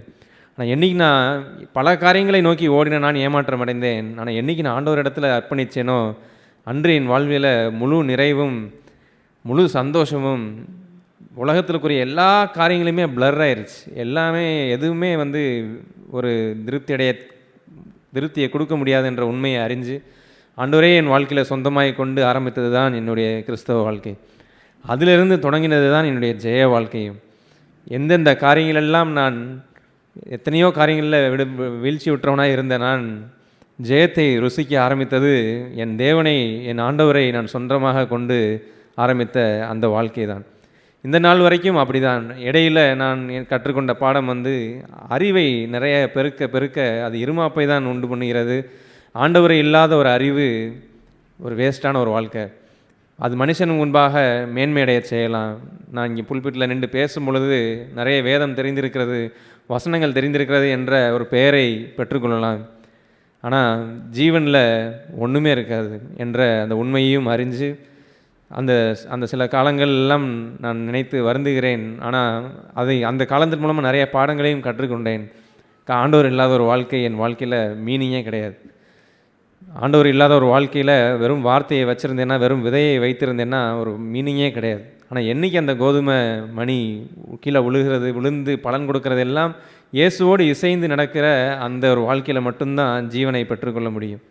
இங்கே அதில் படித்தது மாதிரி கூட அவங்க mouth shall praise you with joyful lips, அந்த துதி அவங்க வாழ்க்கையில் இருந்த துதி எல்லாம் மீனிங்ஃபுல்லாக அந்த 63:5 படித்தது மாதிரி அவங்க அந்த தானியல் அந்த இடத்துல பார்த்தது போல் அந்த வாலிபர்கள் அவங்க எப்படி முகம் ஃபுல்லாக பிரகாசமாக அவங்க நல்ல புஷ்டியாக இருக்கிறார்களே அப்படின்னு சொல்லி, ஏன்னா உலகம் தரக்கூடாததான் ஆண்டவர் இடத்துல நம்ம பெற்றுக்கொள்ள முடியும். அவரை சந்திக்கிற யார் இடத்துலையும் உண்மையான முகப்பிரகாசம் காணப்படும். எல்லாம் ஒரு ஜோக் சொல்லி ஒரு காமெடி என்று உலகத்தில் சொல்லி தன்னை சிரிக்க வைப்பதற்கென்று எதையோ தேடி எங்கேயோ போய் கொண்டு இருக்கிறார். அது அந்த நேரத்துக்கு ஒரு சிரிப்பை உண்டு பண்ணுமே தவிர்த்து உண்மையான இருதயத்திலிருந்து வரக்கூடிய ஒரு புன்னகையாக இருக்கிறதே கிடையாது. ஆனால் என்றைக்கு ஆண்டவரை ஒருவன் சந்தித்தானோ அவனை சந்தோஷப்படுத்துவதற்கு உள்ளேருந்து வெளியே இருந்து எதுவுமே தேவை கிடையாது. உள்ளேருந்து அவனுடைய முகம், அந்த உள்ளே இருக்கிற ஒரு சந்தோஷம் அது ஆட்டோமேட்டிக்காக அவன் முக பிரகாசமாகவும் அந்த உள்ளே இருக்கிற அன்பு வெளியே செலுத்தக்கூடிய ஒரு அன்பாகவும் அவனுக்கு வாழ்க்கையில் பூத்து வருகிறது தான் நம்ம பார்க்க முடியும். இப்படிப்பட்ட ஆண்டவரை நாம் சொந்தமாய் கொண்டிருக்க அவரை என்றைக்குமே ஒதுக்கி வைத்துட்டு ஒரு கிறிஸ்தவ வாழ்க்கை என்ற ட்ரெடிஷனோ இல்லை அவரை ஒதுக்கி வைத்து கொண்டு நானாக டிசிப்ளினாய் வாழப் போகிறேன் என்ற டிசிப்ளினோ இல்லை, அப்படிப்பட்ட ஒரு ஏமாற்றத்திலேயோ ஒரு வஞ்சனையிலேயோ போய் சிக்கிறாமல் ஆண்டவரை என்றுமே என் சொந்த இரட்சகராக வைத்து ஆண்டவரை மாத்திரமே நோக்கி பார்த்து அவரை நோக்கி அநேக நேரம் ஃபெயில் ஆகிறப்ப நான் ஆண்டவர்கிட்ட போகும்போது, ஆண்டவரே நான் உங்களை இன்னும் பார்க்க வேண்டிய விதத்தில் பார்க்கல, ஆண்டவரே எனக்கு உதவி செய்யுங்க, உங்களை பார்க்க வேண்டிய விதத்தில் பார்க்கணும். ஏன்னா அவர் உண்மையுள்ளவர், அவர் அழகுள்ளவர், அவர் அன்புள்ளவர், அவர் மாறாதவர், அவர் நல்லவர் என்ற பண்புலாம் மாறாதது என்பதை என் இதயத்தில் ஆழமாக பதித்து வைத்திருக்கிறேன். ஆனால் இந்த சூழ்நிலையில் ஏன் நான் தவறுனே அப்படின்னு சொல்லும் பொழுது, ஆண்டவரே இன்னும் நான் உங்களை பார்க்கணும், நீர் என்னை எப்படியாய் மன்னித்தீர் என்ற அந்த மகத்துவத்தை நான் பார்க்கும் பொழுது தான் பிறரை மன்னிக்கிறது எனக்கு ஈஸியாக இருக்கும். நீங்கள் என்னை எவ்வளவாய் நேசிக்கிறீங்கன்ற அந்த நேசத்தை நான் பார்க்கும் பொழுது தான், என் மேலே எவ்வளவு நீடிய பொறுமையாக இருக்கிறீங்கன்ற அந்த நீடிய பொறுமையை நான் ருசிக்கும் பொழுது தான் பிறரிடத்துலையும் நான் நீடிய பொறுமை உள்ளவனாக இருக்க முடியும் அப்படின்னு சொல்லி என் வாழ்க்கையின் கதாநாயகனாக இயேசு கிறிஸ்துவை என் முன்னாக வைத்து நான் வாழும் பொழுது தான் கிறிஸ்தவ ஓட்டம் ஒரு மீனிங்ஃபுல்லாகவும் அர்த்தமுள்ளதாகவும் இருக்கிறது. அப்படிப்பட்ட ஒரு ஓட்டத்தில் தான் எனக்கு உதவி செய்ய பரிசுத்த ஆவியானவர் என்னோட கூட இருந்து என்னை கஷ்டப்பட்டு ஓட்டுகிற வெறும் பெட்டியாக இல்லை, அவரே என் முன்னாக ஒரு இன்ஜினாக இருந்து என்னை ஒவ்வொரு காரியத்திலும் வழி நடத்துகிறவராக இந்த நாள் வரைக்கும் இருந்திருக்கிறார். இப்படிப்பட்ட ஆண்டவரை நம்ம எல்லோரும் ருசித்தவர்களாக, ஆண்டவரை இழக்காமல் ஆண்டவருக்காக வாழுகிற ஒரு வாழ்க்கையில் அவர் நாமத்தை மகிமைப்படுத்தி சபையை எல்லோரும் வாழ ஆண்டவர் உதவி செய்வாராக. ஆமேன். Praise Lord. சகோதரர் மூலமாக தேவன் பேசின வார்த்தைகளுக்காக தேவனுக்கு நன்றி உள்ளவனாக இருக்கேன். அந்த 63வது சங்கீதம் அந்த பிராக்கெட்டில் ஒரு வார்த்தை போட்டிருக்கு, தாவீது யூதாவின் வனாந்தரத்திற்கையில் பாடின சங்கீதம்னு சொல்லி. அவர் இருக்க இடம் வனாந்தரம். அது அந்த வனாந்தரத்தில் இருந்துட்டு தான் சகோதரர்கள் இவ்வளோ நேரம் சொன்னது மாதிரி தேவனே நீர் என்னுடைய தேவன்னு சொல்லி சொல்கிற ஒரு வார்த்தை. சுற்றி இருக்க சூழ்நிலைகள்லாம் எப்படி இருக்குன்றதெல்லாம் விஷயம் இல்லை, நீங்கள் என்னுடைய தேவன் அப்படின்ற வார்த்தை. அவர் தேவன் தான், அது யார்கிட்ட கேட்டாலும் ஒத்துக்குவாங்க. வேதம் சொல்கிறது மாதிரி பிசாசுகளும் அவரை பார்த்து தேவன்னு சொல்லி சொல்லும். ரட்சிக்கப்படாத நம்மளுடைய ஹிந்து ஃப்ரெண்ட்ஸ், முஸ்லீம் ஃப்ரெண்ட்ஸ்கிட்ட போய் நீங்கள் கேட்டிங்கன்னா கூட ஹூ இஸ் ஜீசஸ்ன்னு கேட்டேன்னா அவர் தேவன் தான், அவர் கடவுள், இயேசு கிறிஸ்து வந்துட்டு ஒரு கடவுள் தான் சொல்லுவாங்க. ஆனால் என் தேவன் அப்படின்னு மாறுற அந்த பாக்கியம் அளப்பரியாத ஒரு பேரின்பத்தை கொண்டாந்து கொடுக்கும். என்னோட தேவன், நான் கூப்பிட்டா அவர் வருவார், என் கூட அவர் டைம் ஸ்பெண்ட் பண்ணுவார். இந்த பாச்சலூருக்கு இப்போ போகும்போது எனக்கு அங்கே போனதுக்கப்புறமேட்டு எனக்கு தோணின விஷயம் இதுதான், தேவன் நமக்காக அவர் அங்கே காத்துக்கிட்டு இருந்தாருன்றத அவ்வளோ அழகாக நான் உணர்ந்தேன். ஆனால் அவர் கொட்டின அபிஷேகங்கள், அவர் கொடுத்த வார்த்தைகள், சகோதரர் மூலமாக பேசின வார்த்தைகள், தனி ஜபத்தில் அவர் இடைப்பட்ட காரியங்கள்லாம் பார்க்கும்போது தேவன் நமக்காக, நம்ம சபைக்காக அங்கே காத்துக்கிட்டு எப்போ வருவோன்னு காத்துக்கிட்டு இருந்ததை என்னால் உணர முடிஞ்சு. அது ஒரு பாக்கியமான ஒரு இடம். அவர் என்னுடைய தேவன். நான் இயர்லி, நம்ம சகோதரர் எடுத்து காமிச்ச மாதிரி இயர்லியாக நான் அவங்கள தேடுறேன். ஒரு சூழ்நிலை வரும்போது நான் விரைந்து ஓடுறேன் அவர்கிட்ட, அவர் எனக்காக அங்கே காத்துக்கிட்டு இருக்காரு. அந்த ரெண்டும் தான் மிகப்பெரிய அன்பை வெளிப்படுத்துது. அந்த அன்புக்குள்ளே நான் இருக்கேனான்றது சோதித்து பார்க்க வேண்டியது. நான் ஏற்கனவே ஒரு தடவை சொன்ன மாதிரியும் கூட, தேவன் நல்லவர்னு எல்லாருக்கும் தெரியும், அது இன்பம். என் பேரை நீங்கள் சொல்லி கபிலன் பிரதருக்காக கபிலன் பிரதரோட வாழ்க்கையில் தேவன் செயல்படுறாருன்னு நீங்கள் எல்லாரும் பார்க்குறது இன்பம் தான். அதை எப்போ கபிலன் பிரதர் உணர்றேனோ அது பேரின்பமாக மாறும். ஏன்னா நானும் சேர்ந்து தேவனோட சேர்ந்து செயல்பட ஆரம்பிப்பேன். அப்படி இதெல்லாம் அவர் பார்த்துட்டு இருக்கும்போது இப்படி பரிசுத்த 2வது வசனம், இப்படி பரிசுத்த ஸ்தலத்திலே உம்மை பார்க்க ஆசையாக இருந்து உமது வல்லமையும் உம்மை மகிமையும் கண்டேன். என் சூழ்நிலையெல்லாம் அப்படியே தான் இருக்குது. நான் இப்போ உங்களை பார்க்க வரேன், உங்களை நான் பார்த்தோன்னே நான் அவ்வளோ சந்தோஷப்படுறேன் அப்படின்னு சொன்னதுக்கப்புறமேட்டு தான் அடுத்த வார்த்தை ஒன்று சொல்கிறாரு, ஜீவனை பார்க்கிலும் உமது கிருபை நல்லது, என் உதடுகள் உம்மை துதிக்கும்னு சொல்லி சொல்கிற ஒரு விஷயம். என் சூழ்நிலை எப்படிப்பட்டதாக இருந்தாலும் பரவாயில்ல, நான் இப்போ உங்களை ஆராதிக்க, உங்களை துதிக்க, அதாவது ஆராதனை வேலைகள்லேயே கூட அநேக நேரம் நமக்கு நம்மளுடைய சூழ்நிலைகளும் நம்மளோட பிரச்சனைகளும் ஞாபகம் வரும். நான் அநேக நேரம் தேவன்ட்டு இப்படி சொன்னது உண்டு, லெட் மீ டை. நான் இங்கேருந்து கிளம்புனதுக்கு அப்புறமேட்டு, சபையிலேருந்து போனதுக்கு அப்புறமேட்டு நான் சாகக்கூட ரெடி. அப்படிப்பட்ட சூழ்நிலை, சாகுறதுக்கான சூழ்நிலையெல்லாம் எனக்கு ஒரு நாளும் வாழ்க்கையில் கர்த்தர் கொடுத்ததே இல்லை. ஒருவேளை அப்படி நான் செத்து போனாலும் செத்து போகிறேன், இப்போ நான் முழு மனதோடு உங்களை ஆராதிக்கணும், இருதயத்தை எனக்கு மாற்றி கொடுங்கன்னு நான் அநேக நேரம் கேட்டிருக்கேன். அதில் பயங்கர ஜெயத்தை கர்த்தர் எனக்கு கொடுத்துருக்காரு. அப்படி நான் போய் உங்கள் பரிசுத்த ஸ்தலத்தில் உங்களை பார்த்ததுக்கு அப்புறமேட்டு என்னுடைய ஜீவனை பார்க்கலும் உங்களோட கிருபை நல்லது. ஏன் கிருபை நல்லதுன்னா, அந்த 5வது வசனத்தில் சொன்னது மாதிரி கூட, நினத்தையும் கொழுப்பையும் உண்டது போல என் ஆத்துமா திருப்தியாக இருக்கிறது அப்படின்னு சொல்லி சொல்கிறார் இல்லையா. என் வாய் ஆனந்த கழிப்புள்ள உதடுகளால் உண்மை போற்றும். என் ஆத்மா திருப்தியாது. இந்த சூழ்நிலைக்கெல்லாம் நான் தேடுறதெல்லாம் வந்துட்டு என்னோடய மாம்சம் திருப்தியாக இருந்தால் போதுன்றது தான். இந்த சூழ்நிலையிலேருந்து நான் விடுதலையான போகும், உலக சூழ்நிலையிலேருந்து, உலக பிரச்சனைகள்லேருந்து நான் வெளிவந்தால் போதும் அப்படின்றது தான். ஆனால் தேவன் எனக்கு கொடுக்குறது ஆத்மாலே பயங்கரமான ஒரு திருப்தியை கொடுத்துறாரு. இந்த ஆத்மா திருப்தி ஆகும்போது இந்த மாம்சத்தோட தேவைகள்லாம் காணாமல் போயிடுன்றதை நான் அநேக நேரம் நான் பார்த்துருக்கேன். அநேக நேரம் அந்த இப்போ பாச்சலூரில் கூட பசின்ற எண்ணமே எனக்கு வரல. கர்த்தர் எனக்கு சாட்சியாக இருக்கார். ஆனால் அதுக்கு முன்னாடி ஒரு வாரம் 10 நாளைக்கு முன்னாடி கூட கொஞ்சம் நேரம் ஆகும்போது பசி எடுக்கிறத, பசி தாங்க முடியாத பசி எனக்கு வர்றதை பார்த்தேன். ஏன்னா இங்கே ஆத்மா திருப்தியானதுனால மாம்சத்தோட காரியங்களே காணாமல் போனது தான் உண்மை. இந்த வாழ்க்கைக்குள்ளெல்லாம் நம்ம அனுபவிக்கிறோமா, நம்ம உணர்கிறோமா? ஒருவேளை இதெல்லாம் எதுவுமே நான் அனுபவிக்கலைன்னா நான் இங்கே என்னை உயர்த்துறதுக்காக நான் சொல்லலை. கர்த்தர் நான் எவ்வளோ மோசமானவன்றதை நான் அறிஞ்சிருக்கேன். கர்த்தர் என்னை எப்படியெல்லாம் மாற்றி கொண்டாந்துருக்காருன்றதை நான் அறிஞ்சிருக்கிறேன். இதெல்லாம் நான் இங்கே சொல்கிறது காரணம், ஒருவேளை இந்த உணர்வுகள்லாம் எனக்கு வரலன்னா, அவரே சொல்லுவார், இதிலே சொல்லுவார் 6வது வசனத்தை, என் படுக்கையின் மேல் நான் உம்மை நினைக்கும் போது ராட்சாமன்களில் உம்மை தியானிக்கிறேன். படுக்கையில் படுத்திருக்கும் போது ராட்சாமங்களில் நீங்கள் எனக்கு செஞ்சதெல்லாம் நான் யோசிச்சு பார்க்குறேன், உங்களை தியானிக்கிறேன். வசனத்தை தியானிக்கிறேன்றது ஒரு ஆசீர்வாதமான ஒரு பகுதி. தேவன் தியானிக்கிறேன்றது ரொம்ப ஆசீர்வாதமான ஒரு பகுதி. அந்த இடத்துல தான் நான் இருக்கேன்னா, ஒருவேளை நான் இப்போ சொன்னதெல்லாம் உங்களுக்கு வித்தியாசமாக அனுபவிக்காத ஒரு விஷயமா இருந்தால், ரொம்ப முக்கியமான ஒரு விஷயத்தை வாழ்க்கையில் நீங்கள் இழக்கிறீங்க. அது வருத்தத்தோடு தான் நான் சொல்கிறேன். இப்போ இந்த இடத்துக்கு நான் வந்ததுக்கப்புறம் தேவனை ருசித்து என்னுடைய ஆத்மா திருப்தியாதுன்ற இடத்துக்கு வரும்போது நம்ம திரும்பி பார்த்தோன்னா அநேகர் மேலே ஒரு வருத்தம் வரும்.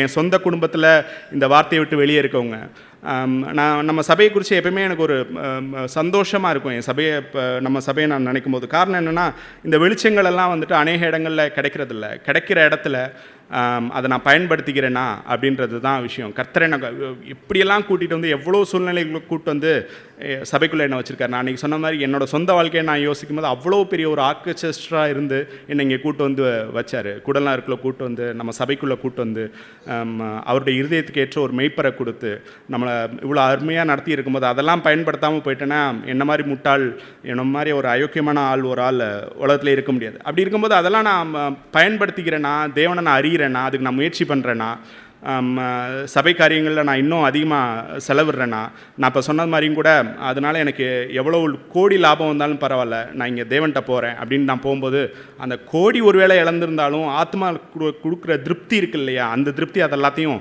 தாண்டி போயிடும். அந்த கோடிகளை நான் இந்த உலகத்தை விட்டு போகும்போது எடுத்துகிட்டு போகிறதில்ல, இந்த ஆத்ம திருப்தியை நான் எடுத்துகிட்டு போக முடியும்.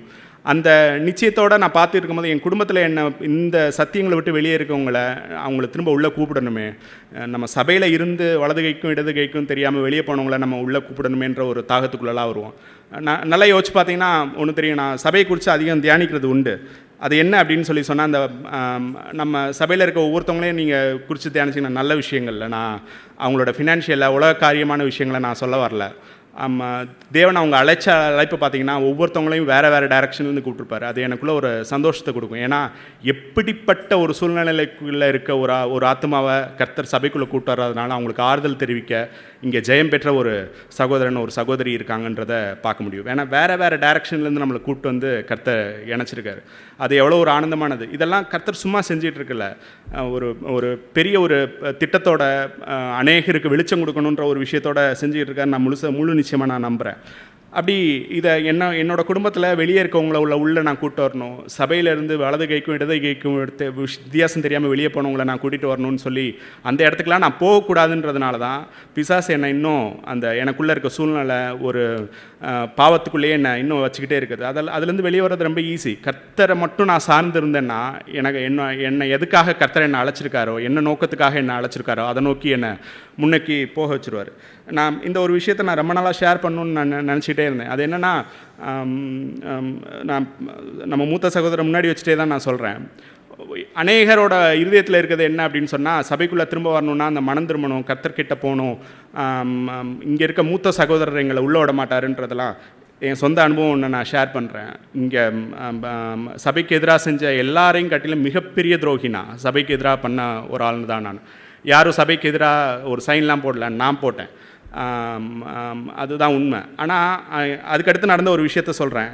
சைன் போட்டதுக்கப்புறம் ஒரு பேங்க்கில் ஒரு லெட்டரில் போயிட்டு நான் சைன் பண்ணதுக்கப்புறம் அதில் ஏமாற்றப்பட்டேன். அதெல்லாம் வந்துட்டு நான் சொல்ல விரும்பலை. காரணம், என்னோடய சுய அறிவு இருக்குது, அதை நான் பயன்படுத்தியிருக்கணும். அதை அன்றைக்கி நான் பயன்படுத்தலை. நான் பண்ணது தப்புனதுக்கப்புறமேட்டு கர்த்தர்கிட்ட போனதுக்கப்புறம் கர்த்தர் என்கிட்ட தெளிவாக பேசினார். இல்லை இதான் இந்த இடத்துல தான் நீ இருக்கணும்னு நான் விரும்புகிறேன்னு சொல்லி வார்த்தையை கொண்டு பேசினதுக்கப்புறம் கர்த்தர்கிட்ட நான் மன்னிப்பு கேட்டேன். இல்லை நான் பண்ணது ரொம்ப பெரிய துரோகம், என்னை மன்னிச்சிருங்கன்னு நான் கர்த்தர்கிட்ட மனம் உடஞ்சி பேசினதுக்கப்புறம் சகோதரரை மீட் பண்ண வந்தேன். நான் இப்போ வந்ததோட காரணம் என்ன அப்படின்னா, அந்த கெட்டகுமாரன் வந்த அந்த மனநிலைமையோடு தான் வந்தேன் நான். எனக்கு அந்த நம்ம அரசாங்கத்துக்காக நம்ம ஒரு சொசைட்டி வச்சுருக்கோம், அரசாங்கத்துக்காக மட்டும்தான், அது வேறு எந்த காரணத்துக்கெல்லாம் இல்லை. அரசாங்கத்துக்கு நம்ம ஒரு அக்கௌண்ட்ஸ் இதெல்லாம் சப்மிட் பண்ணுன்றதுக்காக தான், அதில் எந்த இதுவும் இல்லை.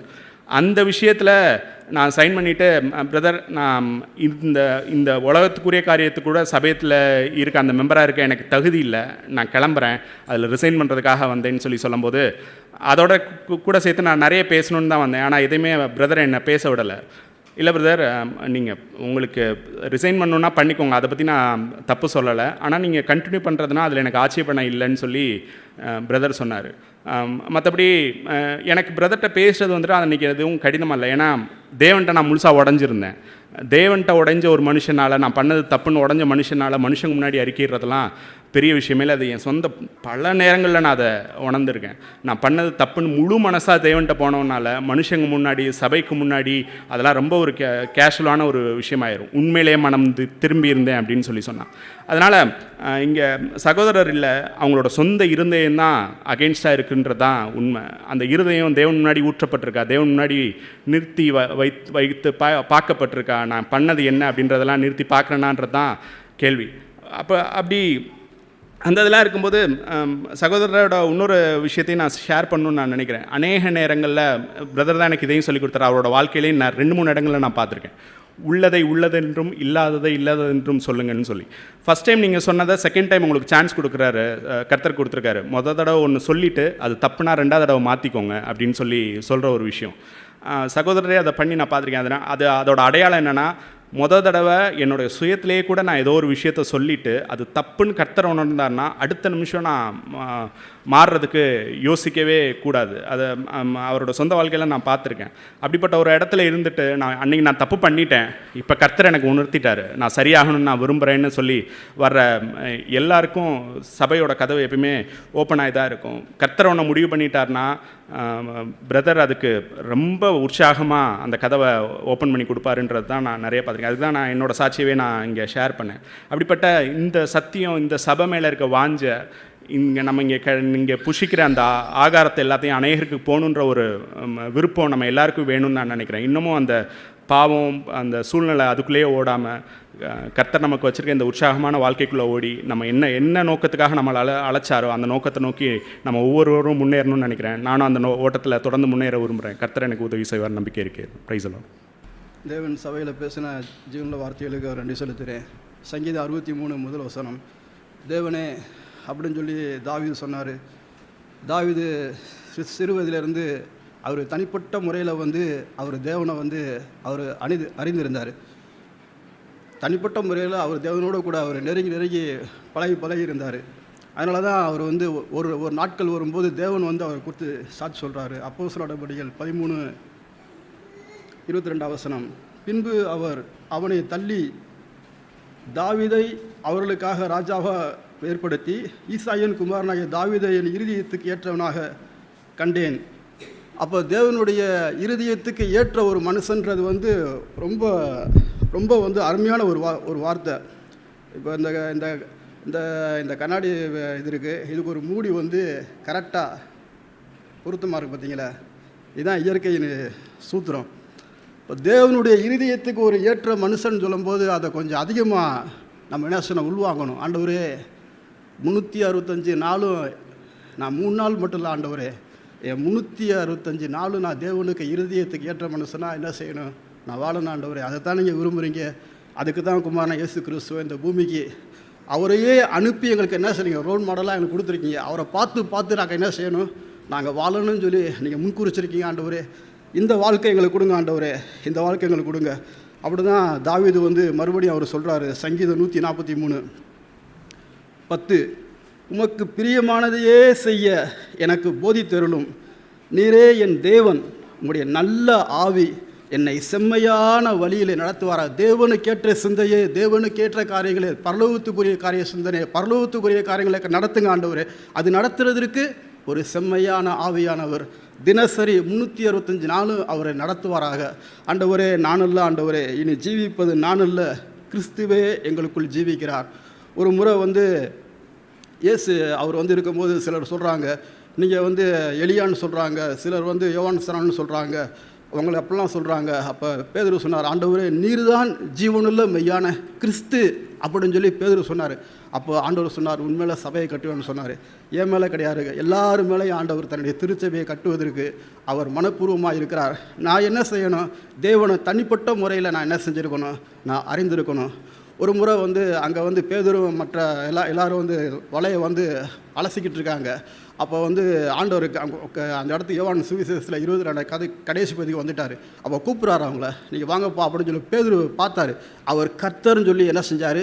அறிஞ்சார். அப்போ என் தனிப்பட்ட முறையில் தேவனை நம்பியிருக்கவர்கள் திடனாக இருப்பார்கள், தைரியமாக இருப்பார்கள். அவங்கள இருதயம் தைரியமாக இருக்கும். அவங்கள தேவன்கிட்ட பேசி பேசி தேவன்கிட்ட பழகி பழகி அவர்கள் இருதயம் அப்படியே தைரியமாக இருக்குது.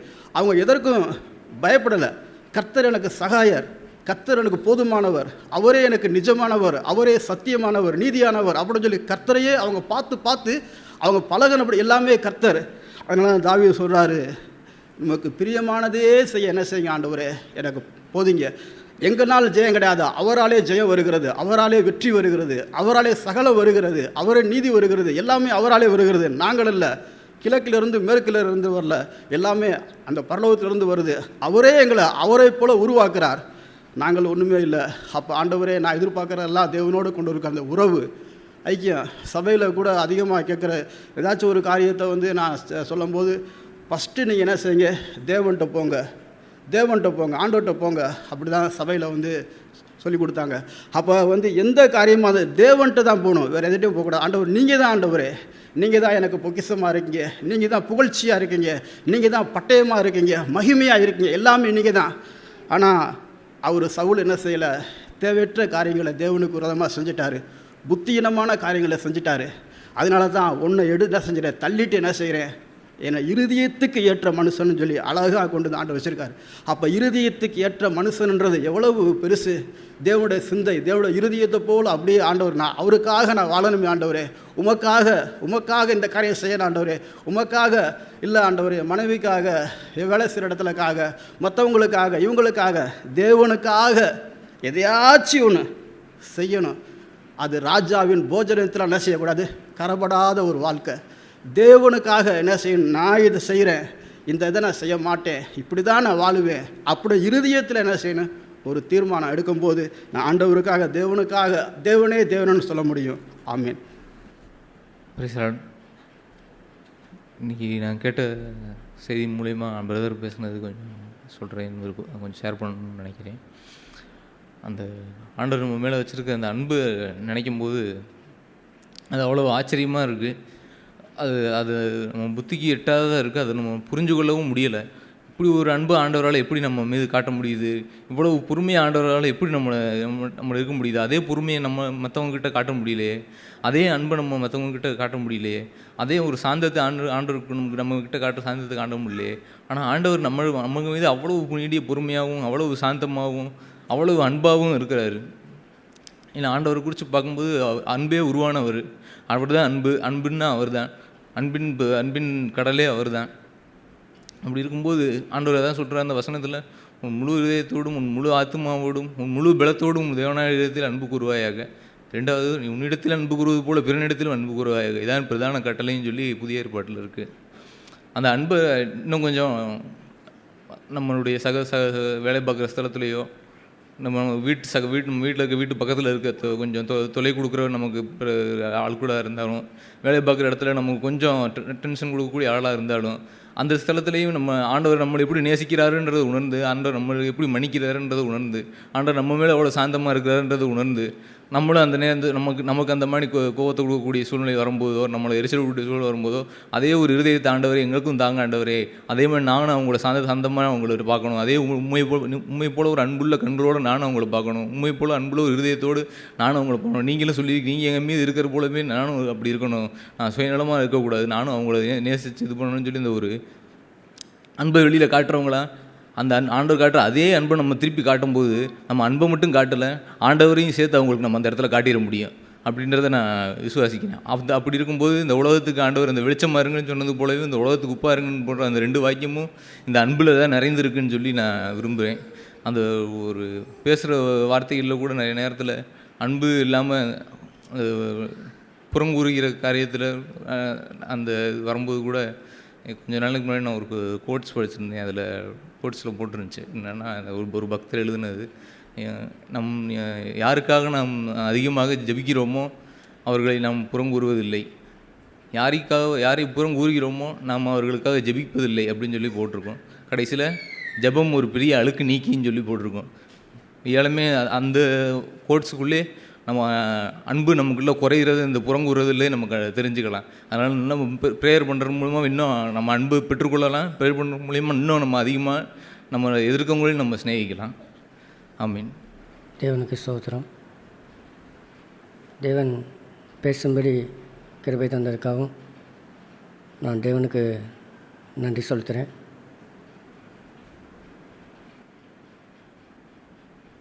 என்னை சில காலங்களில் ரொம்ப ஒரு இடுக்கமான சூழ்நிலை இருந்தேன்.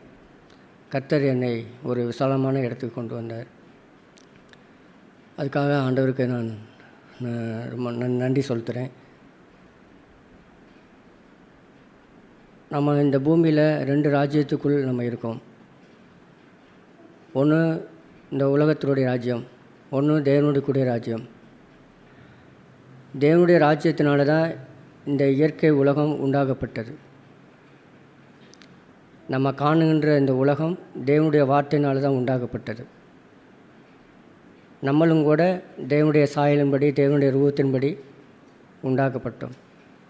அப்போ தேவன் மனிதனை பார்த்து சொன்னார், இந்த பூமியை நீ என்ன செய்ய ஆண்டு கொள்ளும், எல்லா பற்றியும் கீழ்ப்படுத்தி பயன்படுத்தி பழகி பெருகி ஆசீர்வாதமாக இருந்து நம்மளை தான் சொன்னார்.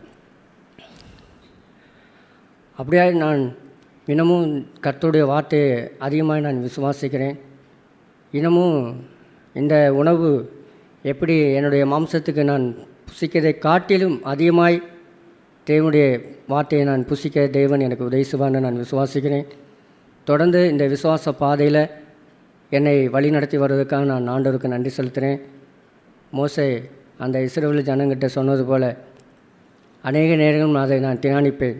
அந்த இஸ்ரவேல் ஜனங்கள் எகிப்தில் அடிமையாக இருந்தது போல் அடிமையிலிருந்து மீட்டு வரும்போது இங்கிட்டு பார்வன்னு முன்னாடி சமுத்திரம். அவங்க கேட்டாங்க, என்னை இங்கே என்ன கொள்றதுக்கா இங்கே என்னை கொள்றதுக்காக கொண்டு வந்தீங்க அப்படின்னு கேட்பாங்க மோசையை பார்த்து. ஆனால் மோசே சொன்னார், நீங்கள் நின்று கர்த்தர் உங்களுக்கு செய்ய போகிற காரியங்களை பாருங்கள். கர்த்தர் சர்வவல்ல தேவன், பெரியவர். அவருடைய பிள்ளைகளுக்காக துணை நின்று சமுத்திரம் போல் சூழ்நிலையில் வந்தாலும் கர்த்தர் சொல்கிற வார்த்தை என்னென்னா, ஸ்டாண்டப், நீ அமர்ந்து நான் செய்வதை நீ பார், நீ கண்ணால் பார்.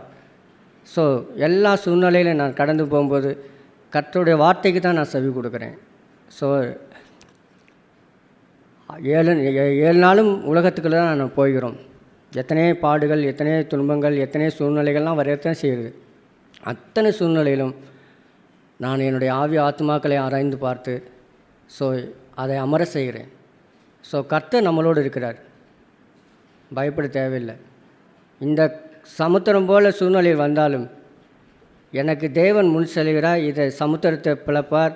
நான் அந்த வட்டாந்தரையில் நான் நடந்து செல்லுவேன். என்னை ஒன்றுமில்லாமல் ஆக்கும், என்னை துரத்தி வர அந்த பிசாசை முற்றிலுமாய் நிர்மூலமாக்குவார். யுத்தம் என்னுடைய இதில்.